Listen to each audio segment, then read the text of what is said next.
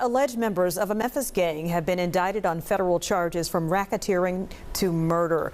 Investigators call the young mob a violent street gang involved in arson, drug trafficking, and even kidnapping. It's called Operation Rolling Thunder.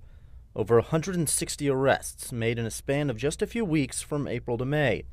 Mayor Paul Young touting the coordinated effort across local and state agencies. Well, news right now, we've been reporting on smash and grabs throughout the city for months now, and tonight police say they have busted dozens of thieves for their part in a retail theft ring. At least 23 suspects believed to be part of what's described as a mob-style smash and grab ring. Already behind bars is a man who police say was picked out of a lineup by an eyewitness for his part in the shooting during a funeral procession. These 8 called Jackson home. Each were indicted on RICO conspiracy and racketeering charges involving the distribution of. Here's a look at each and the positions prosecutors say they held in the gang. Officials say that the Tree Top Piru gang was under investigation by the Knoxville Police Department for the last 5 years.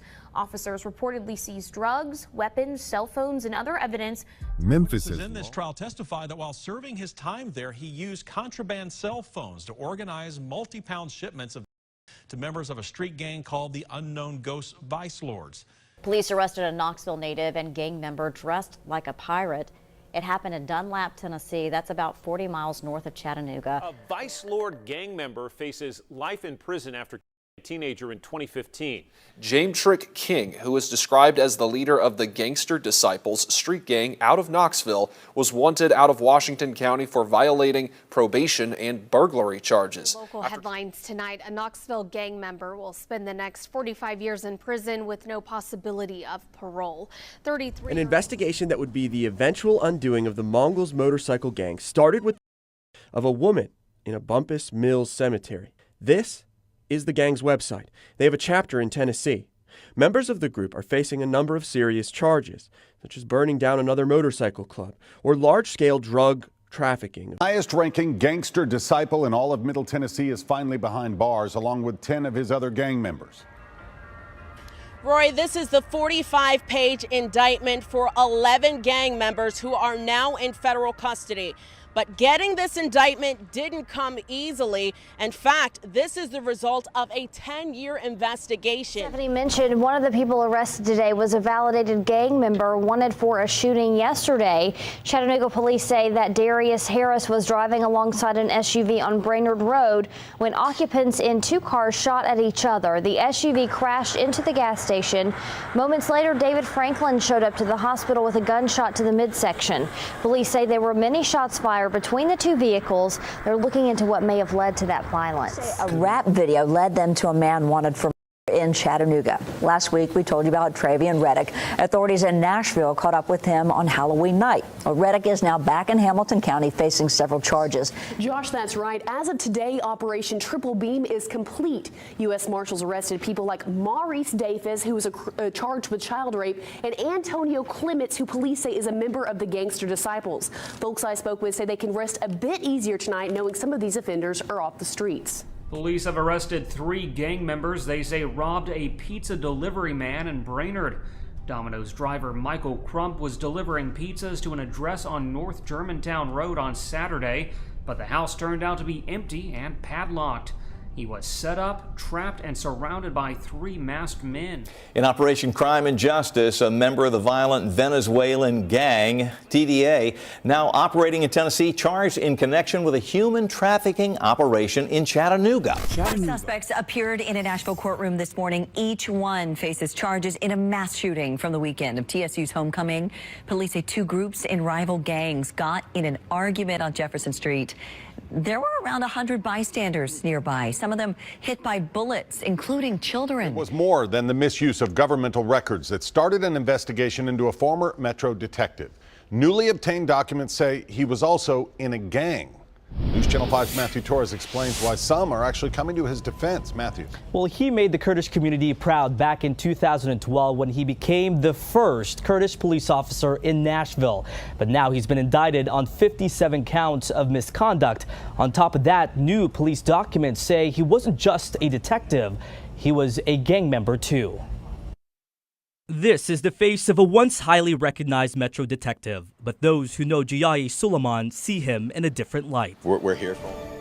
Tonight we have some new information about some of the people arrested in a series of local ICE crackdowns that started back in May. 196 undocumented immigrants were rounded up. Leonel Vargas Jr. is in custody after being on the run since last year on felony domestic violence and other charges. Second superseding indictment was handed down by a federal grand jury in Nashville. The indictment came down Monday, charging 9 members of MS-13. Official violent South American gang found living in the suburbs of Middle Tennessee. Police arresting 2 people that they say ran a sex. Tennessee is known for country music, blues, barbecue, and some of the most important cities in American history. It's the home state of music legends like Elvis Presley, Dolly Parton, and Johnny Cash. From the bright lights of Nashville's Music Row to the streets of Memphis, Tennessee has played a major role in shaping American culture. But behind the music, tourism, and rapid growth, another story has unfolded for decades. Street gangs, prison gangs, motorcycle clubs, and organized criminal networks have left their mark on communities across the volunteer state. In this video, we are taking a statewide look at gang arrests, federal indictments, RICO cases, fugitive manhunts, and major law enforcement operations from Memphis, Nashville, Chattanooga, Knoxville, and Clarksville.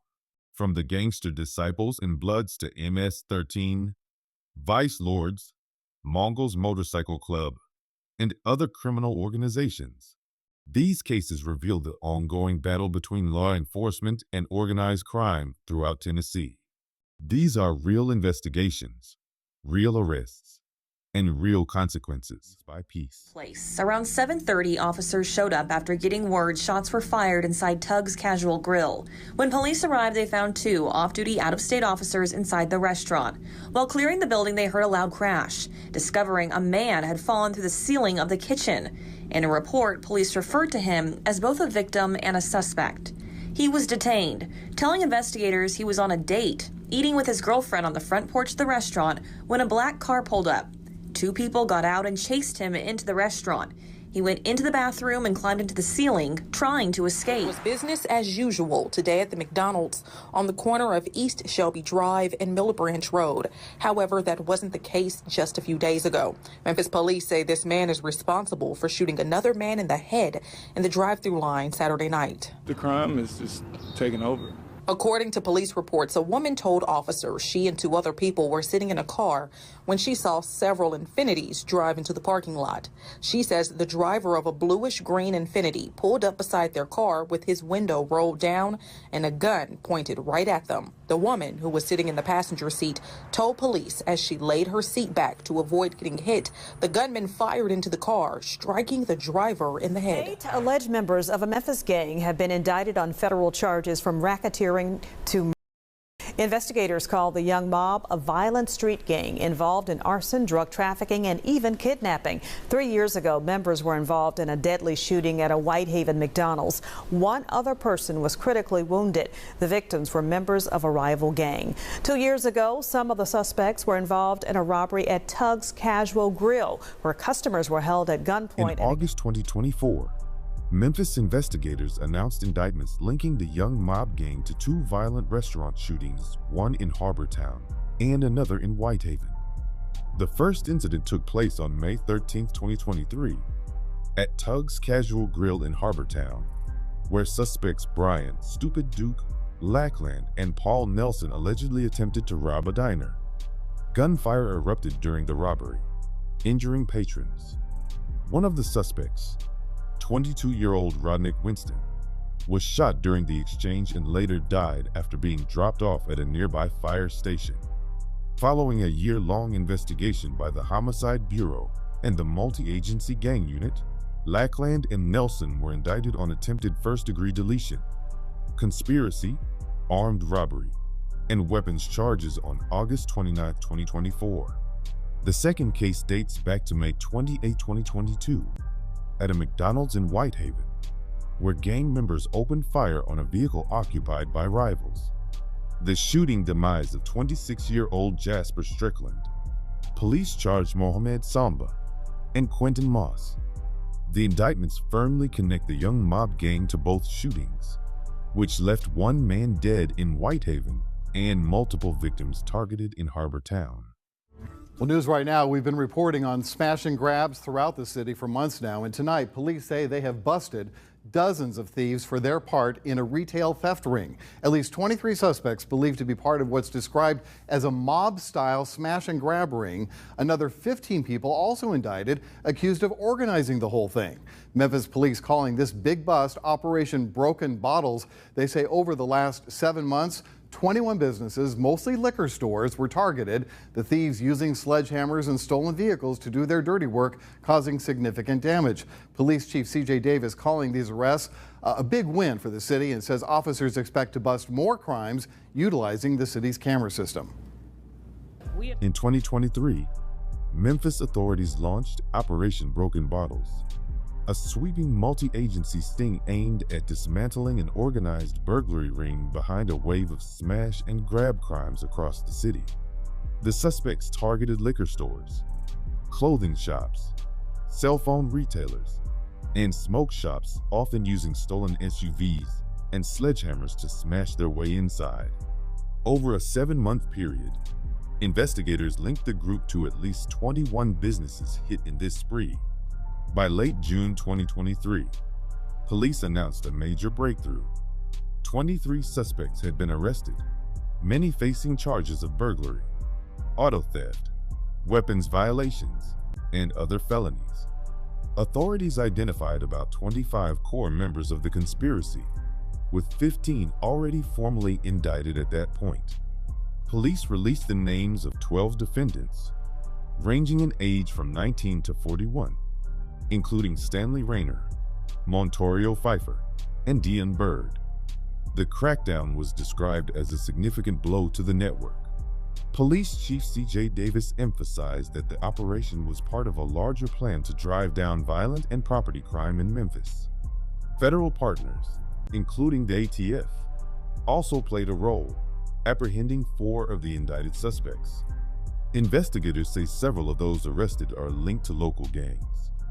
Those specific affiliations were not disclosed. In summary, Operation Broken Bottles exposed a ruthless retail burglary ring, leading to dozens of arrests and indictments in one of Memphis's largest anti-gang crackdowns of 2023. It's called Operation Rolling Thunder. Over 160 arrests made in a span of just a few weeks from April to May. Mayor Paul Young touting the coordinated effort across local and state agencies. These faces are the drivers of violence in our city. So far, 10 people have been indicted on federal charges as a result of this operation, including 6 gang members. And we don't plan on stopping here. In spring 2025, Memphis officials rolled out Operation Rolling Thunder, a sweeping initiative aimed at reducing gang violence and curbing violent crime across the city.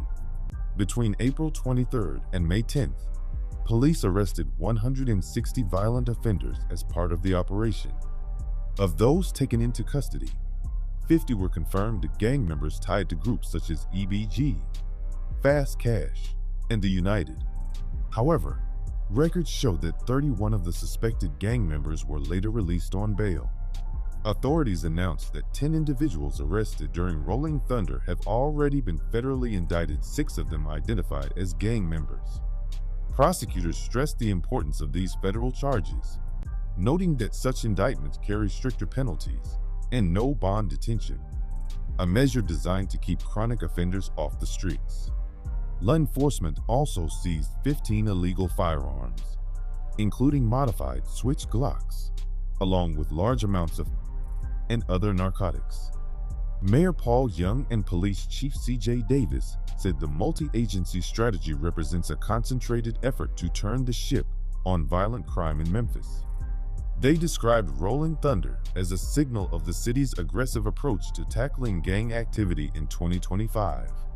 A sweeping wiretap investigation has landed dozens of alleged gang members behind bars, with 35 people named in newly unsealed indictments.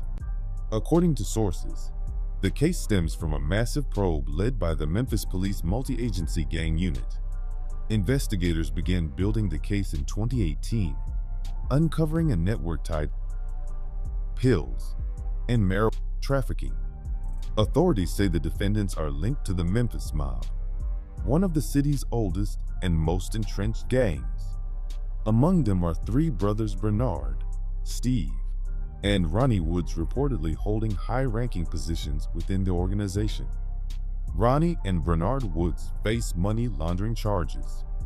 Ronnie was arrested in DeSoto County and transported back to Memphis on Thursday. Also named in the indictments is Michael McKinney, who faces multiple drug and money laundering charges. McKinney was recently arrested in connection with the April demise of his wife, a crime police say occurred in front of the couple's 2 children at the Crescent Bluff Apartments downtown. The indictments mark one of the largest gang cases in Memphis in recent years, underscoring law enforcement's effort to dismantle violent criminal networks in the Bluff City. Another teenage boy gone far too soon, all while paying his respects to yet another young person whose life was taken by violence. The family of 16-year-old Emmett Beasley says he was killed in a double shooting in North Memphis Saturday night. They say the other teen shot was a relative. Family says what makes this worse is it happened during a funeral procession as they mourned another young life taken too soon. We're learning a teenager is now charged in connection with that deadly double shooting that resulted in the loss of life for another teen. Memphis authorities have charged 5 suspects in connection with a brazen 2021 shooting that left 1 teenager dead and another wounded during a funeral procession in North Memphis. On October 23, 2021, gunmen opened fire on 2 teens walking in the procession, killing 16-year-old Emmett Beasley and seriously injuring another.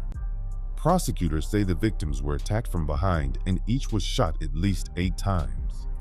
In May 2022, a Shelby County grand jury indicted 5 defendants: 23-year-old David Lee Jr., Rico Lee Jr., and 3 juveniles, Jaden Rios, Tavian Rogers, and Tremaine Scales Jr., ages 15 and 16 at the time.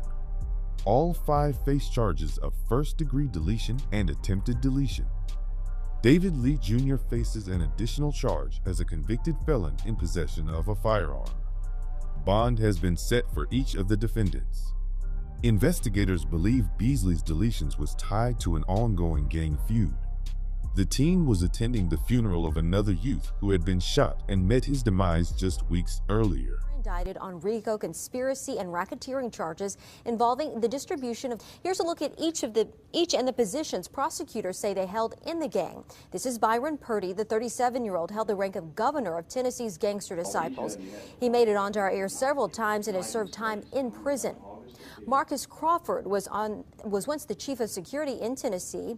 Daniel Cole, who acted as assistant governor and assistant education coordinator in Jackson. Both were charged in 2015 with attacking a woman. Santiago Shaw was a member of the security team or Blackout Squad in Jackson. We've reported on him several times, including in 2015 for illegally having a gun. 27-year-old Tommy Champion held the rank of chief of security in Jackson. Records show he was charged in connection with the shooting at Club Karma in 2012. Corey Bowers acted as a member of the security team in Jackson and has a lengthy record, including a drug arrest in 2015. Gerald Hampton was also a member of the security team or Blackout Squad in Jackson. State records show he's currently in state prison. And Terrius Taylor held a similar rank with the Gangster Disciples. He faces an additional 7 counts of attempted and 7 firearms counts. In a sweeping federal crackdown, law enforcement targeted high-ranking members of the Gangster Disciples in Tennessee, leading to the indictment of 16 individuals on racketeering and drug trafficking charges. The investigation, which began in 2016, uncovered a network of organized criminal activities, including drug distribution, violent crimes, and attempted deletions. Byron Montreal Purdy, also known as Lil B or Ghetto, served as the governor of the Gangster Disciples in Tennessee. As one of the highest-ranking members of the organization, he oversaw large-scale drug distribution and gang-related violence. In 2017, Purdy pleaded guilty to racketeering charges, and in January 2018, he was sentenced to 30 years in federal prison. Another significant conviction was that of Demarcus Ian Crawford, known as Trip, who held the rank of chief enforcer for the gang in Tennessee. He played a direct role in coordinating violent attacks, including ordering shootings of rival gang members to maintain control over territory. Crawford was convicted of RICO conspiracy and sentenced to 25 years in prison, a ruling that reinforced federal authorities' commitment to dismantling the gang's leadership. Other high-ranking members of the Gangster Disciples were also charged, particularly those involved in security and enforcement. Officials say that the Tree Top Piru gang was under investigation by the Knoxville Police Department for the last 5 years. Officers reportedly seized drugs, weapons, cell phones, and other evidence tying the 6 men to the gang. They're all sentenced for multiple crimes, including... The Knoxville Police Department initiated an investigation in 2017 targeting trafficking activities centered around the Walter P. Taylor Homes apartment complex. This probe uncovered extensive criminal operations conducted by members of the Treetop Pirus gang, leading to a series of indictments. A central figure in the investigation, Raffle Malik Griffin, Jr., played a key role in the Treetops gang's operations in Knoxville. The investigation began in 2017, revealing that Griffin was operating within a highly organized drug distribution network. His criminal activities were centered around the Walter P. Taylor Homes apartment complex, where trafficking was rampant. Law enforcement officials seized significant amounts of drugs, firearms, and digital evidence linking Griffin to these crimes. One of the most critical events in the case was the demise of Antoine Washington on January 17, 2018. Washington, a fellow Treetop Piru gang member, was deleted by Griffin and other gang members after refusing orders to travel to California for a retaliatory shooting. This deletion was orchestrated to enforce discipline within the gang and maintain its violent grip on operations. At trial, Griffin was convicted of first-degree premeditated deletion for his role in Washington's deletion. Due to the gang-related nature of his crimes, sentencing enhancements applied, leading to a life sentence for deletion plus an additional 25 years for drug and firearm offenses. Following his conviction, Griffin appealed his case, arguing that the evidence presented was insufficient to support his conviction and that errors were made in allowing certain testimonies. However, the Tennessee Court of Criminal Appeals upheld the trial court's decision, ensuring that Griffin would remain incarcerated for an injury.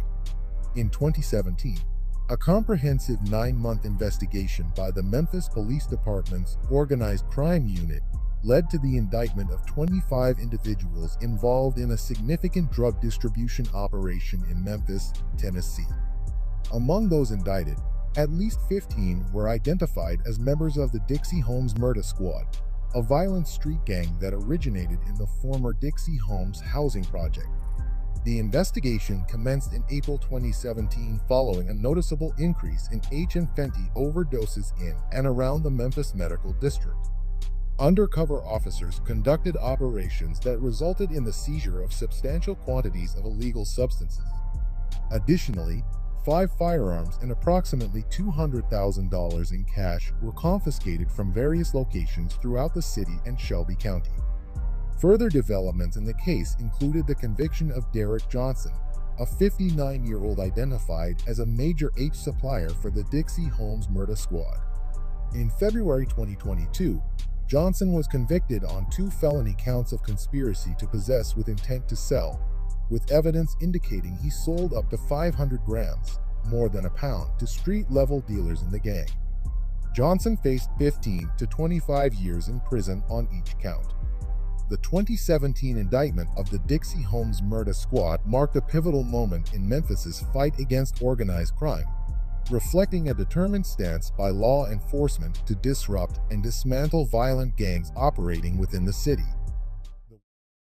In June 2024, the MPD Multi-Agency Gang Unit and the Shelby County Sheriff's Narcotics Unit carried out a joint raid on a suspected gang house located in the 800 block of Ayers Street in North Memphis.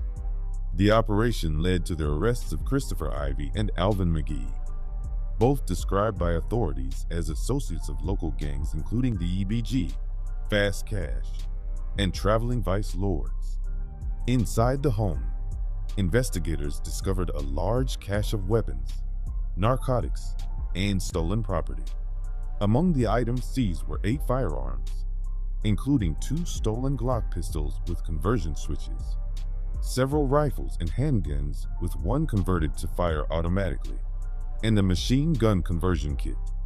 Officers also recovered ammunition, drug paraphernalia, more than 200 grams of Mary, over 15 grams of White Girl, dozens of pills, a stolen GMC Acadia, and car parts from a stolen Dodge Charger. Ivy was charged with multiple counts of felony firearm possession and drug trafficking, while McGee faced weapons offenses, drug charges, and auto theft. McGee was also wanted on a federal warrant for possession of a machine gun. Authorities noted that the bust not only dismantled an active gang hideout, but also removed a dangerous combination of drugs and illegal weapons from the community. The case highlights the way gang investigations often uncover overlapping crimes involving firearms, narcotics, and stolen property. In early 2022, the MPD Multi-Agency Gang Unit launched an investigation into the AOB gang, a crew suspected of a wave of carjackings, auto thefts, and vehicle burglaries across Memphis.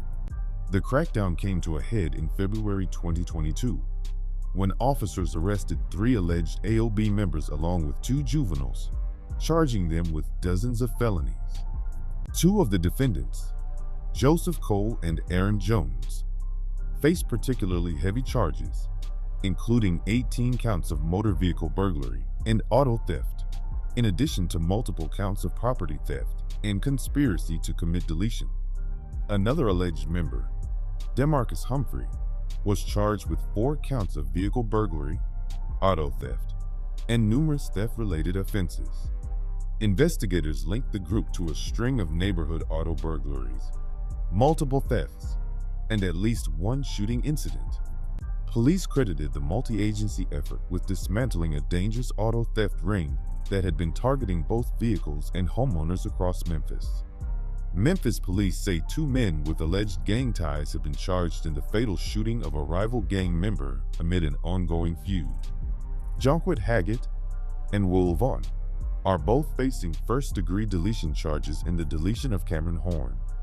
The shooting happened on April 16th near Baskin Street and Delwood Avenue in the Fraser neighborhood. Horn was struck multiple times and rushed to Regional Medical Center, where he later died from his injuries. Investigators believe Horn was deliberately targeted due to the rivalry between 2 gangs, though police have not identified the groups by name in arrest records. According to an affidavit, the violence followed an earlier argument between Horn, his girlfriend, and Haggett. Hours later, Vaughn and Haggett allegedly spotted Horn while riding in a car. Vaughn instructed the driver his girlfriend to pull over, declaring, "I'm going to get him."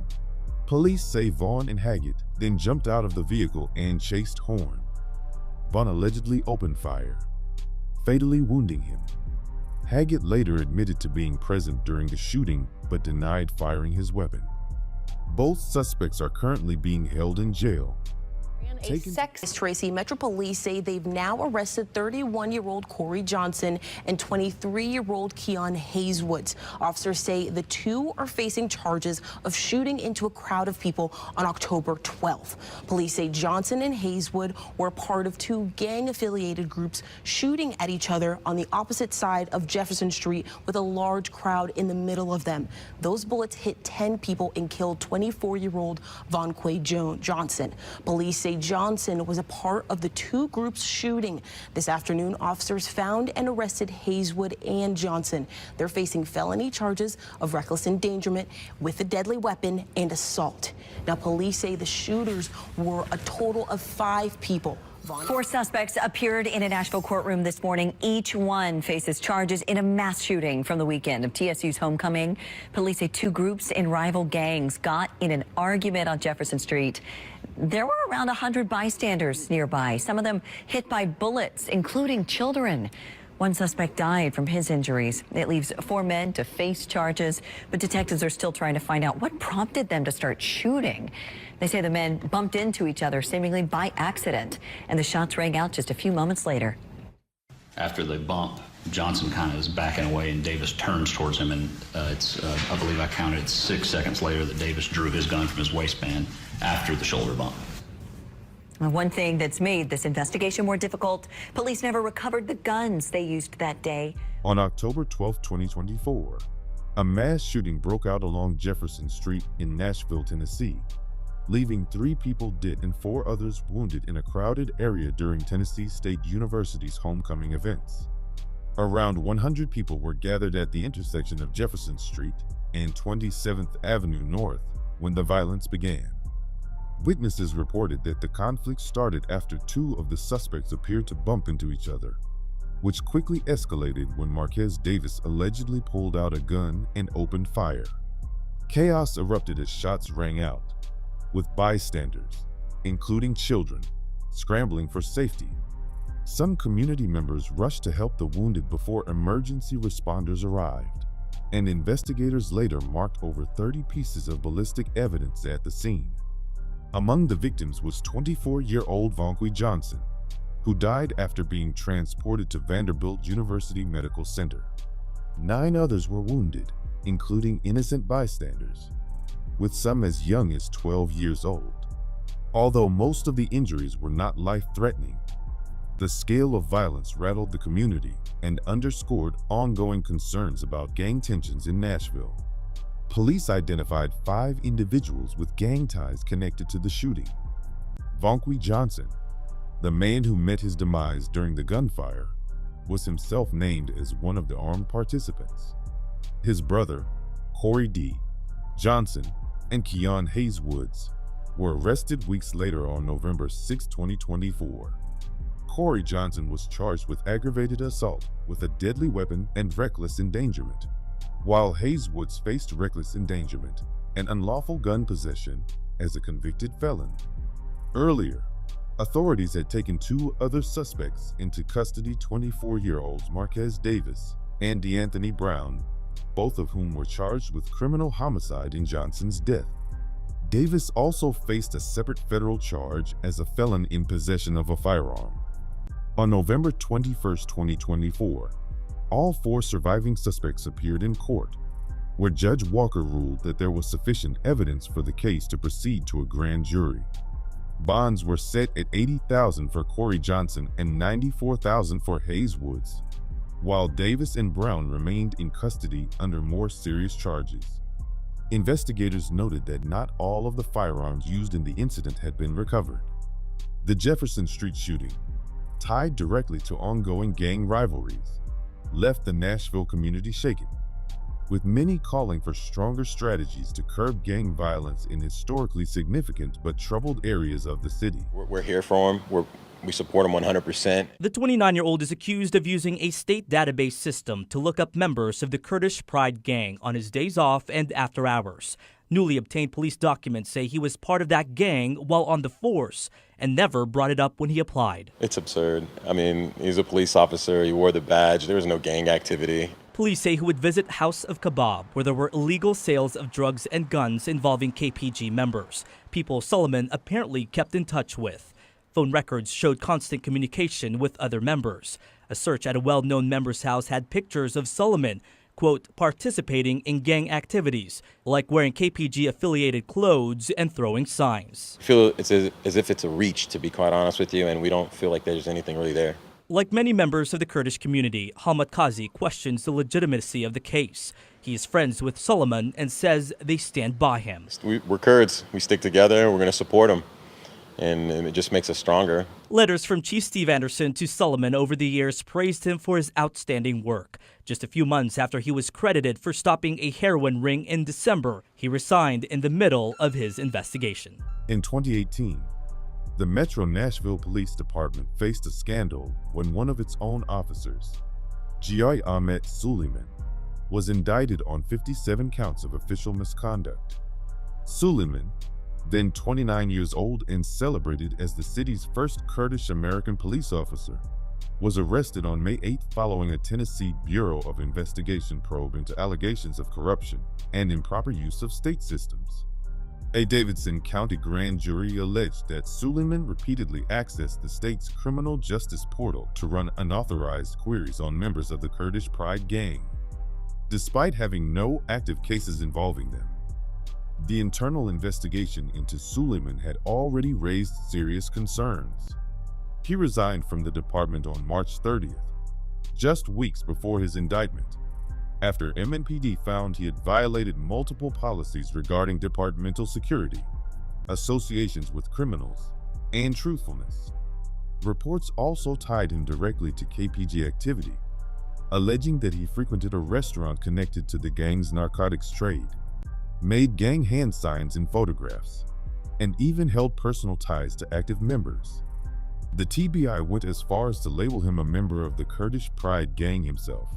When Suleiman appeared in court, his attorney entered a not guilty plea on all charges. His arrest divided Nashville's Kurdish community. Some believed he had been unfairly targeted because of his close ties to the city's Kurdish population, while others saw the case as a betrayal, especially given that Suleiman had previously been commended for his anti-gang enforcement work while serving as an officer. Tonight we have some new information about some of the people arrested in a series of local ICE crackdowns that started back in May. 196 undocumented immigrants were rounded up. Now we know that the only crime 70 of these people are accused of is being in this country illegally. ICE confirms making 196 arrests of undocumented immigrants during an early May crackdown. The agency confirms 70 people arrested had civil immigration violations, not criminal charges. We're concerned about the National Guard being sent out to cities. Is a very effective use of taxpayer dollars. Continuing coverage of the ongoing ICE crackdown, the Tennessee National Guard is helping ICE officers in Nashville as well as across the state. In May 2025, the Department of Homeland Security announced the results of a major ICE operation in Nashville that led to the arrest of 196 undocumented immigrants, many with serious criminal backgrounds. The multi-agency effort, carried out in partnership with the Tennessee Highway Patrol, specifically targeted individuals with violent histories and prior deportations. According to officials, 95 of those taken into custody had prior felony convictions or pending criminal charges, while 31 had previously been removed from the United States but re-entered illegally. DHS highlighted several cases to illustrate the severity of the arrests. Among those detained was 60-year-old Jassim Jafath al-Rash, an Iraqi national with convictions for rape, larceny, and false imprisonment, who also failed to register as a sex offender. Another, Inmar Antonio Panado Membreno of El Salvador, had a drug trafficking conviction. Federal authorities also apprehended Franklin Oswaldo Velasquez, a Salvadoran linked to the MS-13 gang, who was the subject of an international red notice for aggravated deletion in his home country. Additional arrestees included Richard St. Baptiste, a Haitian man with distribution convictions, and from Guatemala, who had been convicted of aggravated assault. The crackdown underscored the ongoing national debate over immigration enforcement, with federal authorities framing it as a necessary public safety measure, while city leaders warned of the harm such actions inflict on immigrant communities. They say Leonel Vargas Jr. is in custody after being on the run since last year on felony domestic violence and other charges. The MNPD SWAT team gets credit for this arrest here. Federal alcohol and tobacco and firearms agents had been the ones investigating Vargas's association with the MS-13 gang. On April 24, 2025, Metro Nashville police announced the arrest of Leonel Vargas Jr., a suspected MS-13 gang member who had been on the run since 2024. Vargas was wanted on multiple outstanding warrants, including a felony domestic aggravated assault charge. Authorities said the Metro SWAT team carried out the arrest in coordination with the Bureau of Alcohol, Tobacco, Firearms, and Explosives, which had been investigating Vargas's ties to MS-13. The operation ended with Vargas taken into custody without incident, and he is now being held without bond while awaiting trial. Police released limited details about the arrest, but confirmed it was part of an ongoing effort to curb MS-13 activity in the Nashville area. Investigators also urged the public to come forward with any information about gang activity to aid their broader crackdown on violent groups. In April 2018, federal prosecutors announced the sentencing of Deunta L.T. Finch, a 28-year-old ranking member of the Athens Park Blood Street gang in Nashville. Finch received a 24-year federal prison term for firearms and robbery offenses, capping a violent criminal career that authorities said repeatedly endangered the community. Finch pleaded guilty in January 2017 to being a felon in possession of a firearm and ammunition, attempting a robbery that affected interstate commerce, and discharging a firearm during that attempted robbery. His criminal record already included multiple felony convictions, among them robbery, reckless endangerment with a weapon, and repeated firearm possession charges. Court documents detailed a string of violent incidents in the summer and fall of 2015. On June 21st, Finch brandished a weapon and stole a firearm from a juvenile inside the J.C. Napier public housing development. Just 2 days later, he was involved in a shootout while riding in a car with another juvenile, leaving him injured but able to flee the scene. Later that year, on November 5th, Finch robbed a drug dealer at the Lexington Garden Apartments in Madison. When the victim resisted, Finch shot and seriously wounded him before fleeing with a quantity of cocaine. Authorities arrested Finch a week later during a Metro Police SWAT operation. A 9 pistol recovered from his car was linked by ballistics to the Madison shooting. Initially, Finch agreed to a 15-year plea deal with federal prosecutors, but just weeks after entering the agreement, he brutally assaulted another inmate at the Grayson County Detention Facility in Kentucky, breaking the prisoner's jaw and ribs. Prosecutors withdrew the deal, arguing the assault showed Finch's continued danger to society. At his sentencing, U.S. District Judge Marvin Aspen emphasized Finch's extensive history of violence and repeated failures to reform, stating that protecting the public was the most important factor in imposing the harsher sentence. Finch's case highlighted the persistent role of gang violence in Nashville's public housing communities and was cited by federal officials as a clear example of why aggressive prosecutions of armed gang members remain a priority. In the summer of 2015, Nashville's J.C. Napier and surrounding public housing developments were shaken by a wave of gun violence.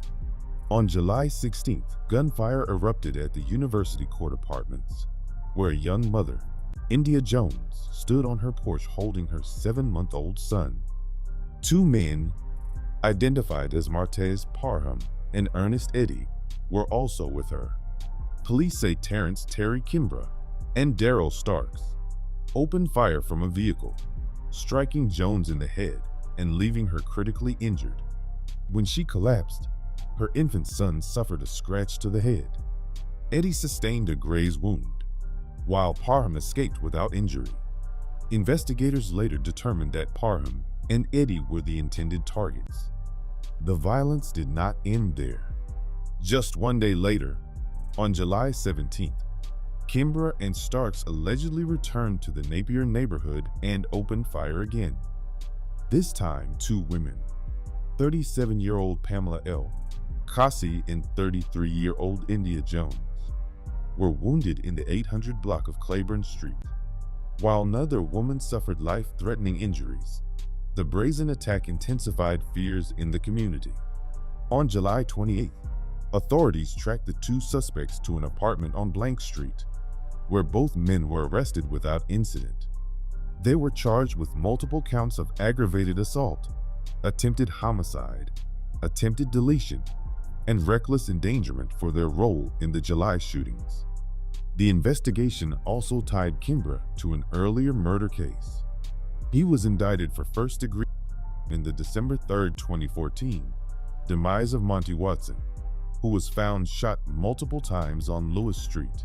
Prosecutors argued that the July shootings were part of a broader pattern of violence in the Napier Place and Studecum public housing communities, where Kimbrough and Starks had resorted to gunfire to wreak havoc in recent months. The 9 members of the transnational criminal organization MS-13 face charges dealing with racketeering conspiracy, which includes things like drug distribution and the allegation of 7 in Nashville between 2016 and 2017. Officials worked to get these 9 members of MS-13 off Nashville streets. These are the members that have been indicted. This isn't the first major indictment dealing with the MS-13 gang. Back in 2017, 13 members of the gang were charged and convicted with racketeering offenses. Get your hands up there!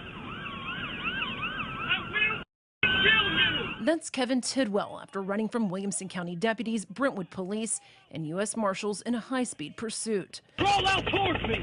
Tidwell is one of the 9 members of the MS-13 gang named in the federal indictment, accused in the 2017 Jesus Flores in Antioch and the deadly shooting of Amarillo Garcia Munoz in a Murfreesboro Pike Strip Mall parking lot, both within a 6-day period. Additional include that of 19-year-old Jorge Alvarado, found shot to death in a field in South Nashville. 18-year-old Liliana Rodriguez, I-24, the shooting death of a man whose body was found in the trunk of a burned car in Cheatham County, and the death of Yerry Gabina and Hector Gabata at a South Nashville apartment complex. Investigators believe at the hands of Oster Delgado Flores. Investigators saying Nashville's streets are safer tonight, but that this is just a step at booting the gang from our community. 9 members of the MS-13 gang have been indicted for multiple violent crimes, including 7 deletions, kidnappings, assaults, robberies, and large-scale drug distribution. Attorney for the Middle District of Tennessee, Mary Jane Stewart, stated, MS-13 is one of the most violent, ruthless, and cold-blooded gangs to ever walk the face of the earth. Authorities reported that an MS-13 subunit, specifically the Thompson Place Los Salvatrucha clique, had been operating in Nashville since at least 2014. One of the earliest crimes linked to the gang occurred on April 6, 2016, when MS-13 members, including Jose Pineda Casas, lured Jorge Alejandro Potter Alvarado to a secluded field in Davidson County under the pretense of smoking marijuana. Believing he was a rival gang member, they confronted him before shooting him multiple times and leaving him to die. Good evening. Liliana Rodriguez, or Lily for short, just graduated from Hunters Lane High School this past May and was enjoying the summer with her brother and friends when the unthinkable happened. Liliana, her older brother Rodrigo, and their friends enjoyed a night out at La Mansión Club on Antioch Pike. That day, she's so happy. She never made it back home. I did notice a car trailing behind. Rodrigo was driving as the 4 of them left the club. The car pulled up next to us and, I heard a bang. Thinking it was nothing more than an engine backfire, the group kept going. But Rodrigo said he noticed the vehicle trailing them was beginning to act aggressively. Once we were getting close to the split between downtown and our exit, I heard probably like 4 or 5 more. That's when he realized they were being shot at. On July 31, 2016, 18-year-old Liliana Rodriguez met her demise in a drive-by shooting on Interstate 24 West. That night, Pineda Caceres and other MS-13 members attended a South Nashville nightclub, where they suspected another individual of being a rival gang member. After leaving the club, they chased the suspect's vehicle on the highway and fired multiple shots, deleting Rodriguez, who was an unintended victim. Pineda Caceres later fled the U.S., but was arrested upon his return in November 2017. On January 18, 2017, Jorge Flores and another MS-13 member attempted to delete a man identified as RV and 3 others in Nashville. They chased RV's vehicle from a Walmart parking lot, cornered it, and opened fire, hitting RV multiple times. A month later, MS-13 members planned to delete 2 rival drug dealers, victims 6 and 7, along with an MS-13 associate who had connections with them. On February 18, 2017, the gang pursued their victims for miles, shooting at them and into a crowded South Nashville nightclub. The following week, they shot one of the victims in the neck and torso, causing life-threatening injuries. but police intervened and provided medical aid. New this morning, the search is on for several gunmen after a man was shot in his car. This all happened at a strip mall in South Nashville off Murfreesboro Pike this morning. All of this unfolding around 12:30 Sunday morning. Multiple people called 911 on reports of hearing that gunfire. Officers responded to a parking lot at a strip mall on Thompson Place at Murfreesboro Pike. They found a man in his car who had been shot multiple times. This is near the Sheba restaurant and Memories Hookah Lounge. On May 21, 2017, Amerly Josue Garcia Munoz was gunned down in a strip mall parking lot after MS-13 members mistook him for a rival gang member. Similarly, on May 27, 2017, Jesus Alberto Flores was deleted in a drive-by shooting in Antioch. MS-13 member Kevin Tidwell had earlier argued with victim 11 at a convenience store. Later, Tidwell and another gang member followed him in a truck, firing shots with an AK-47 and a 9mm pistol, ultimately deleting him. To cover their tracks, they burned the truck in an abandoned field. The indictment also includes multiple instances of kidnapping and brutal assaults. On June 17, 2017, MS-13 members confronted a man at a nightclub who had falsely claimed gang affiliation. They summoned additional members, leading to a violent altercation. One of them retrieved an AK-47 and fired a warning shot before forcing the victim into a car and taking him to a secluded location, where they beat him. On July 25, 2017, MS-13 member Gerson Serrano Ramirez kidnapped and tortured a man whom he accused of cooperating with law enforcement. Serrano Ramirez choked him with a rifle strap, sprayed bleach in his eyes, suffocated him with a plastic bag, and broke his finger with pliers. On September 24, 2017, Luis Miguel Colindres Varela deleted Jose Pagada at a South Nashville nightclub, suspecting him of being a rival gang member. To ensure there were no witnesses, Colindres Varela also deleted Yeri Hernandez Gabino, one of Pagada's companions. That same day, MS-13 members lured another victim to a meeting in Nashville, deleted him, and burned his body in the trunk of a car to eliminate evidence. These indictments mark a major step in dismantling MS-13's operations in Nashville. Now to Operation Crime and Justice. Members of a violent South American gang found living in the suburbs of Middle Tennessee. Police arresting two people that they say ran a sex slavery operation for Tren de Aragua. Fox 17 News' Karen Aguilar joining us here in studio tonight to break down these new arrests. Karen? Megan, investigators say the two arrested linked to Tren de Aragua coerced the victims to come to the United States under false pretenses and instead were enslaved in the Nashville area. Young, vulnerable, poor women forced into prostitution in the Nashville area after investigators say they were lured into the country with lies, promising them a better life, manipulating them to pay more than their travel costs using their bodies. Venezuelans Yilibet del Carmen Rivero de Caldera and her son Cleaver Daniel Mota Rivero are now under arrest, accused of trapping these women in a life of misery. Investigators say they used their Tren de Aragua ties to scare the women into commercial sex and exploitation. They and 6 others are facing human trafficking charges for an operation beginning in 2022. On that crime tracker alert, 8 Venezuelan nationals facing federal indictments accused of sex trafficking young women right here in Middle Tennessee. Now, the U.S. Attorney's Office in Nashville says members of the ring took the victims to hotels across Nashville and created online advertisements for the women to engage in. Investigators say the group targeted poor and vulnerable women from Venezuela and other South and Central American countries with the promise they'd have a better life here. Now, Metro Police Chief John Drake describes what happened after these women were moved to Tennessee. Once here, we believe those women were forced into commercial sex trade to settle their outrageously high travel debts. In February 2025, federal authorities in Tennessee unsealed a 4-count indictment charging 8 Venezuelan nationals with operating a transnational commercial sex enterprise linked to the notorious Tren de Aragua (TD) gang. This case sheds light on the gang's expanding criminal footprint in the United States and highlights the collaborative efforts of law enforcement to dismantle human trafficking networks. According to the indictment, the defendants lured young women from Venezuela and other South and Central American countries to the United States under false promises of legitimate work opportunities. Upon arrival, these women were coerced into commercial sex work to repay exorbitant debts imposed by traffickers. The victims were often threatened with violence, and some had their children and immigration documents confiscated to ensure compliance.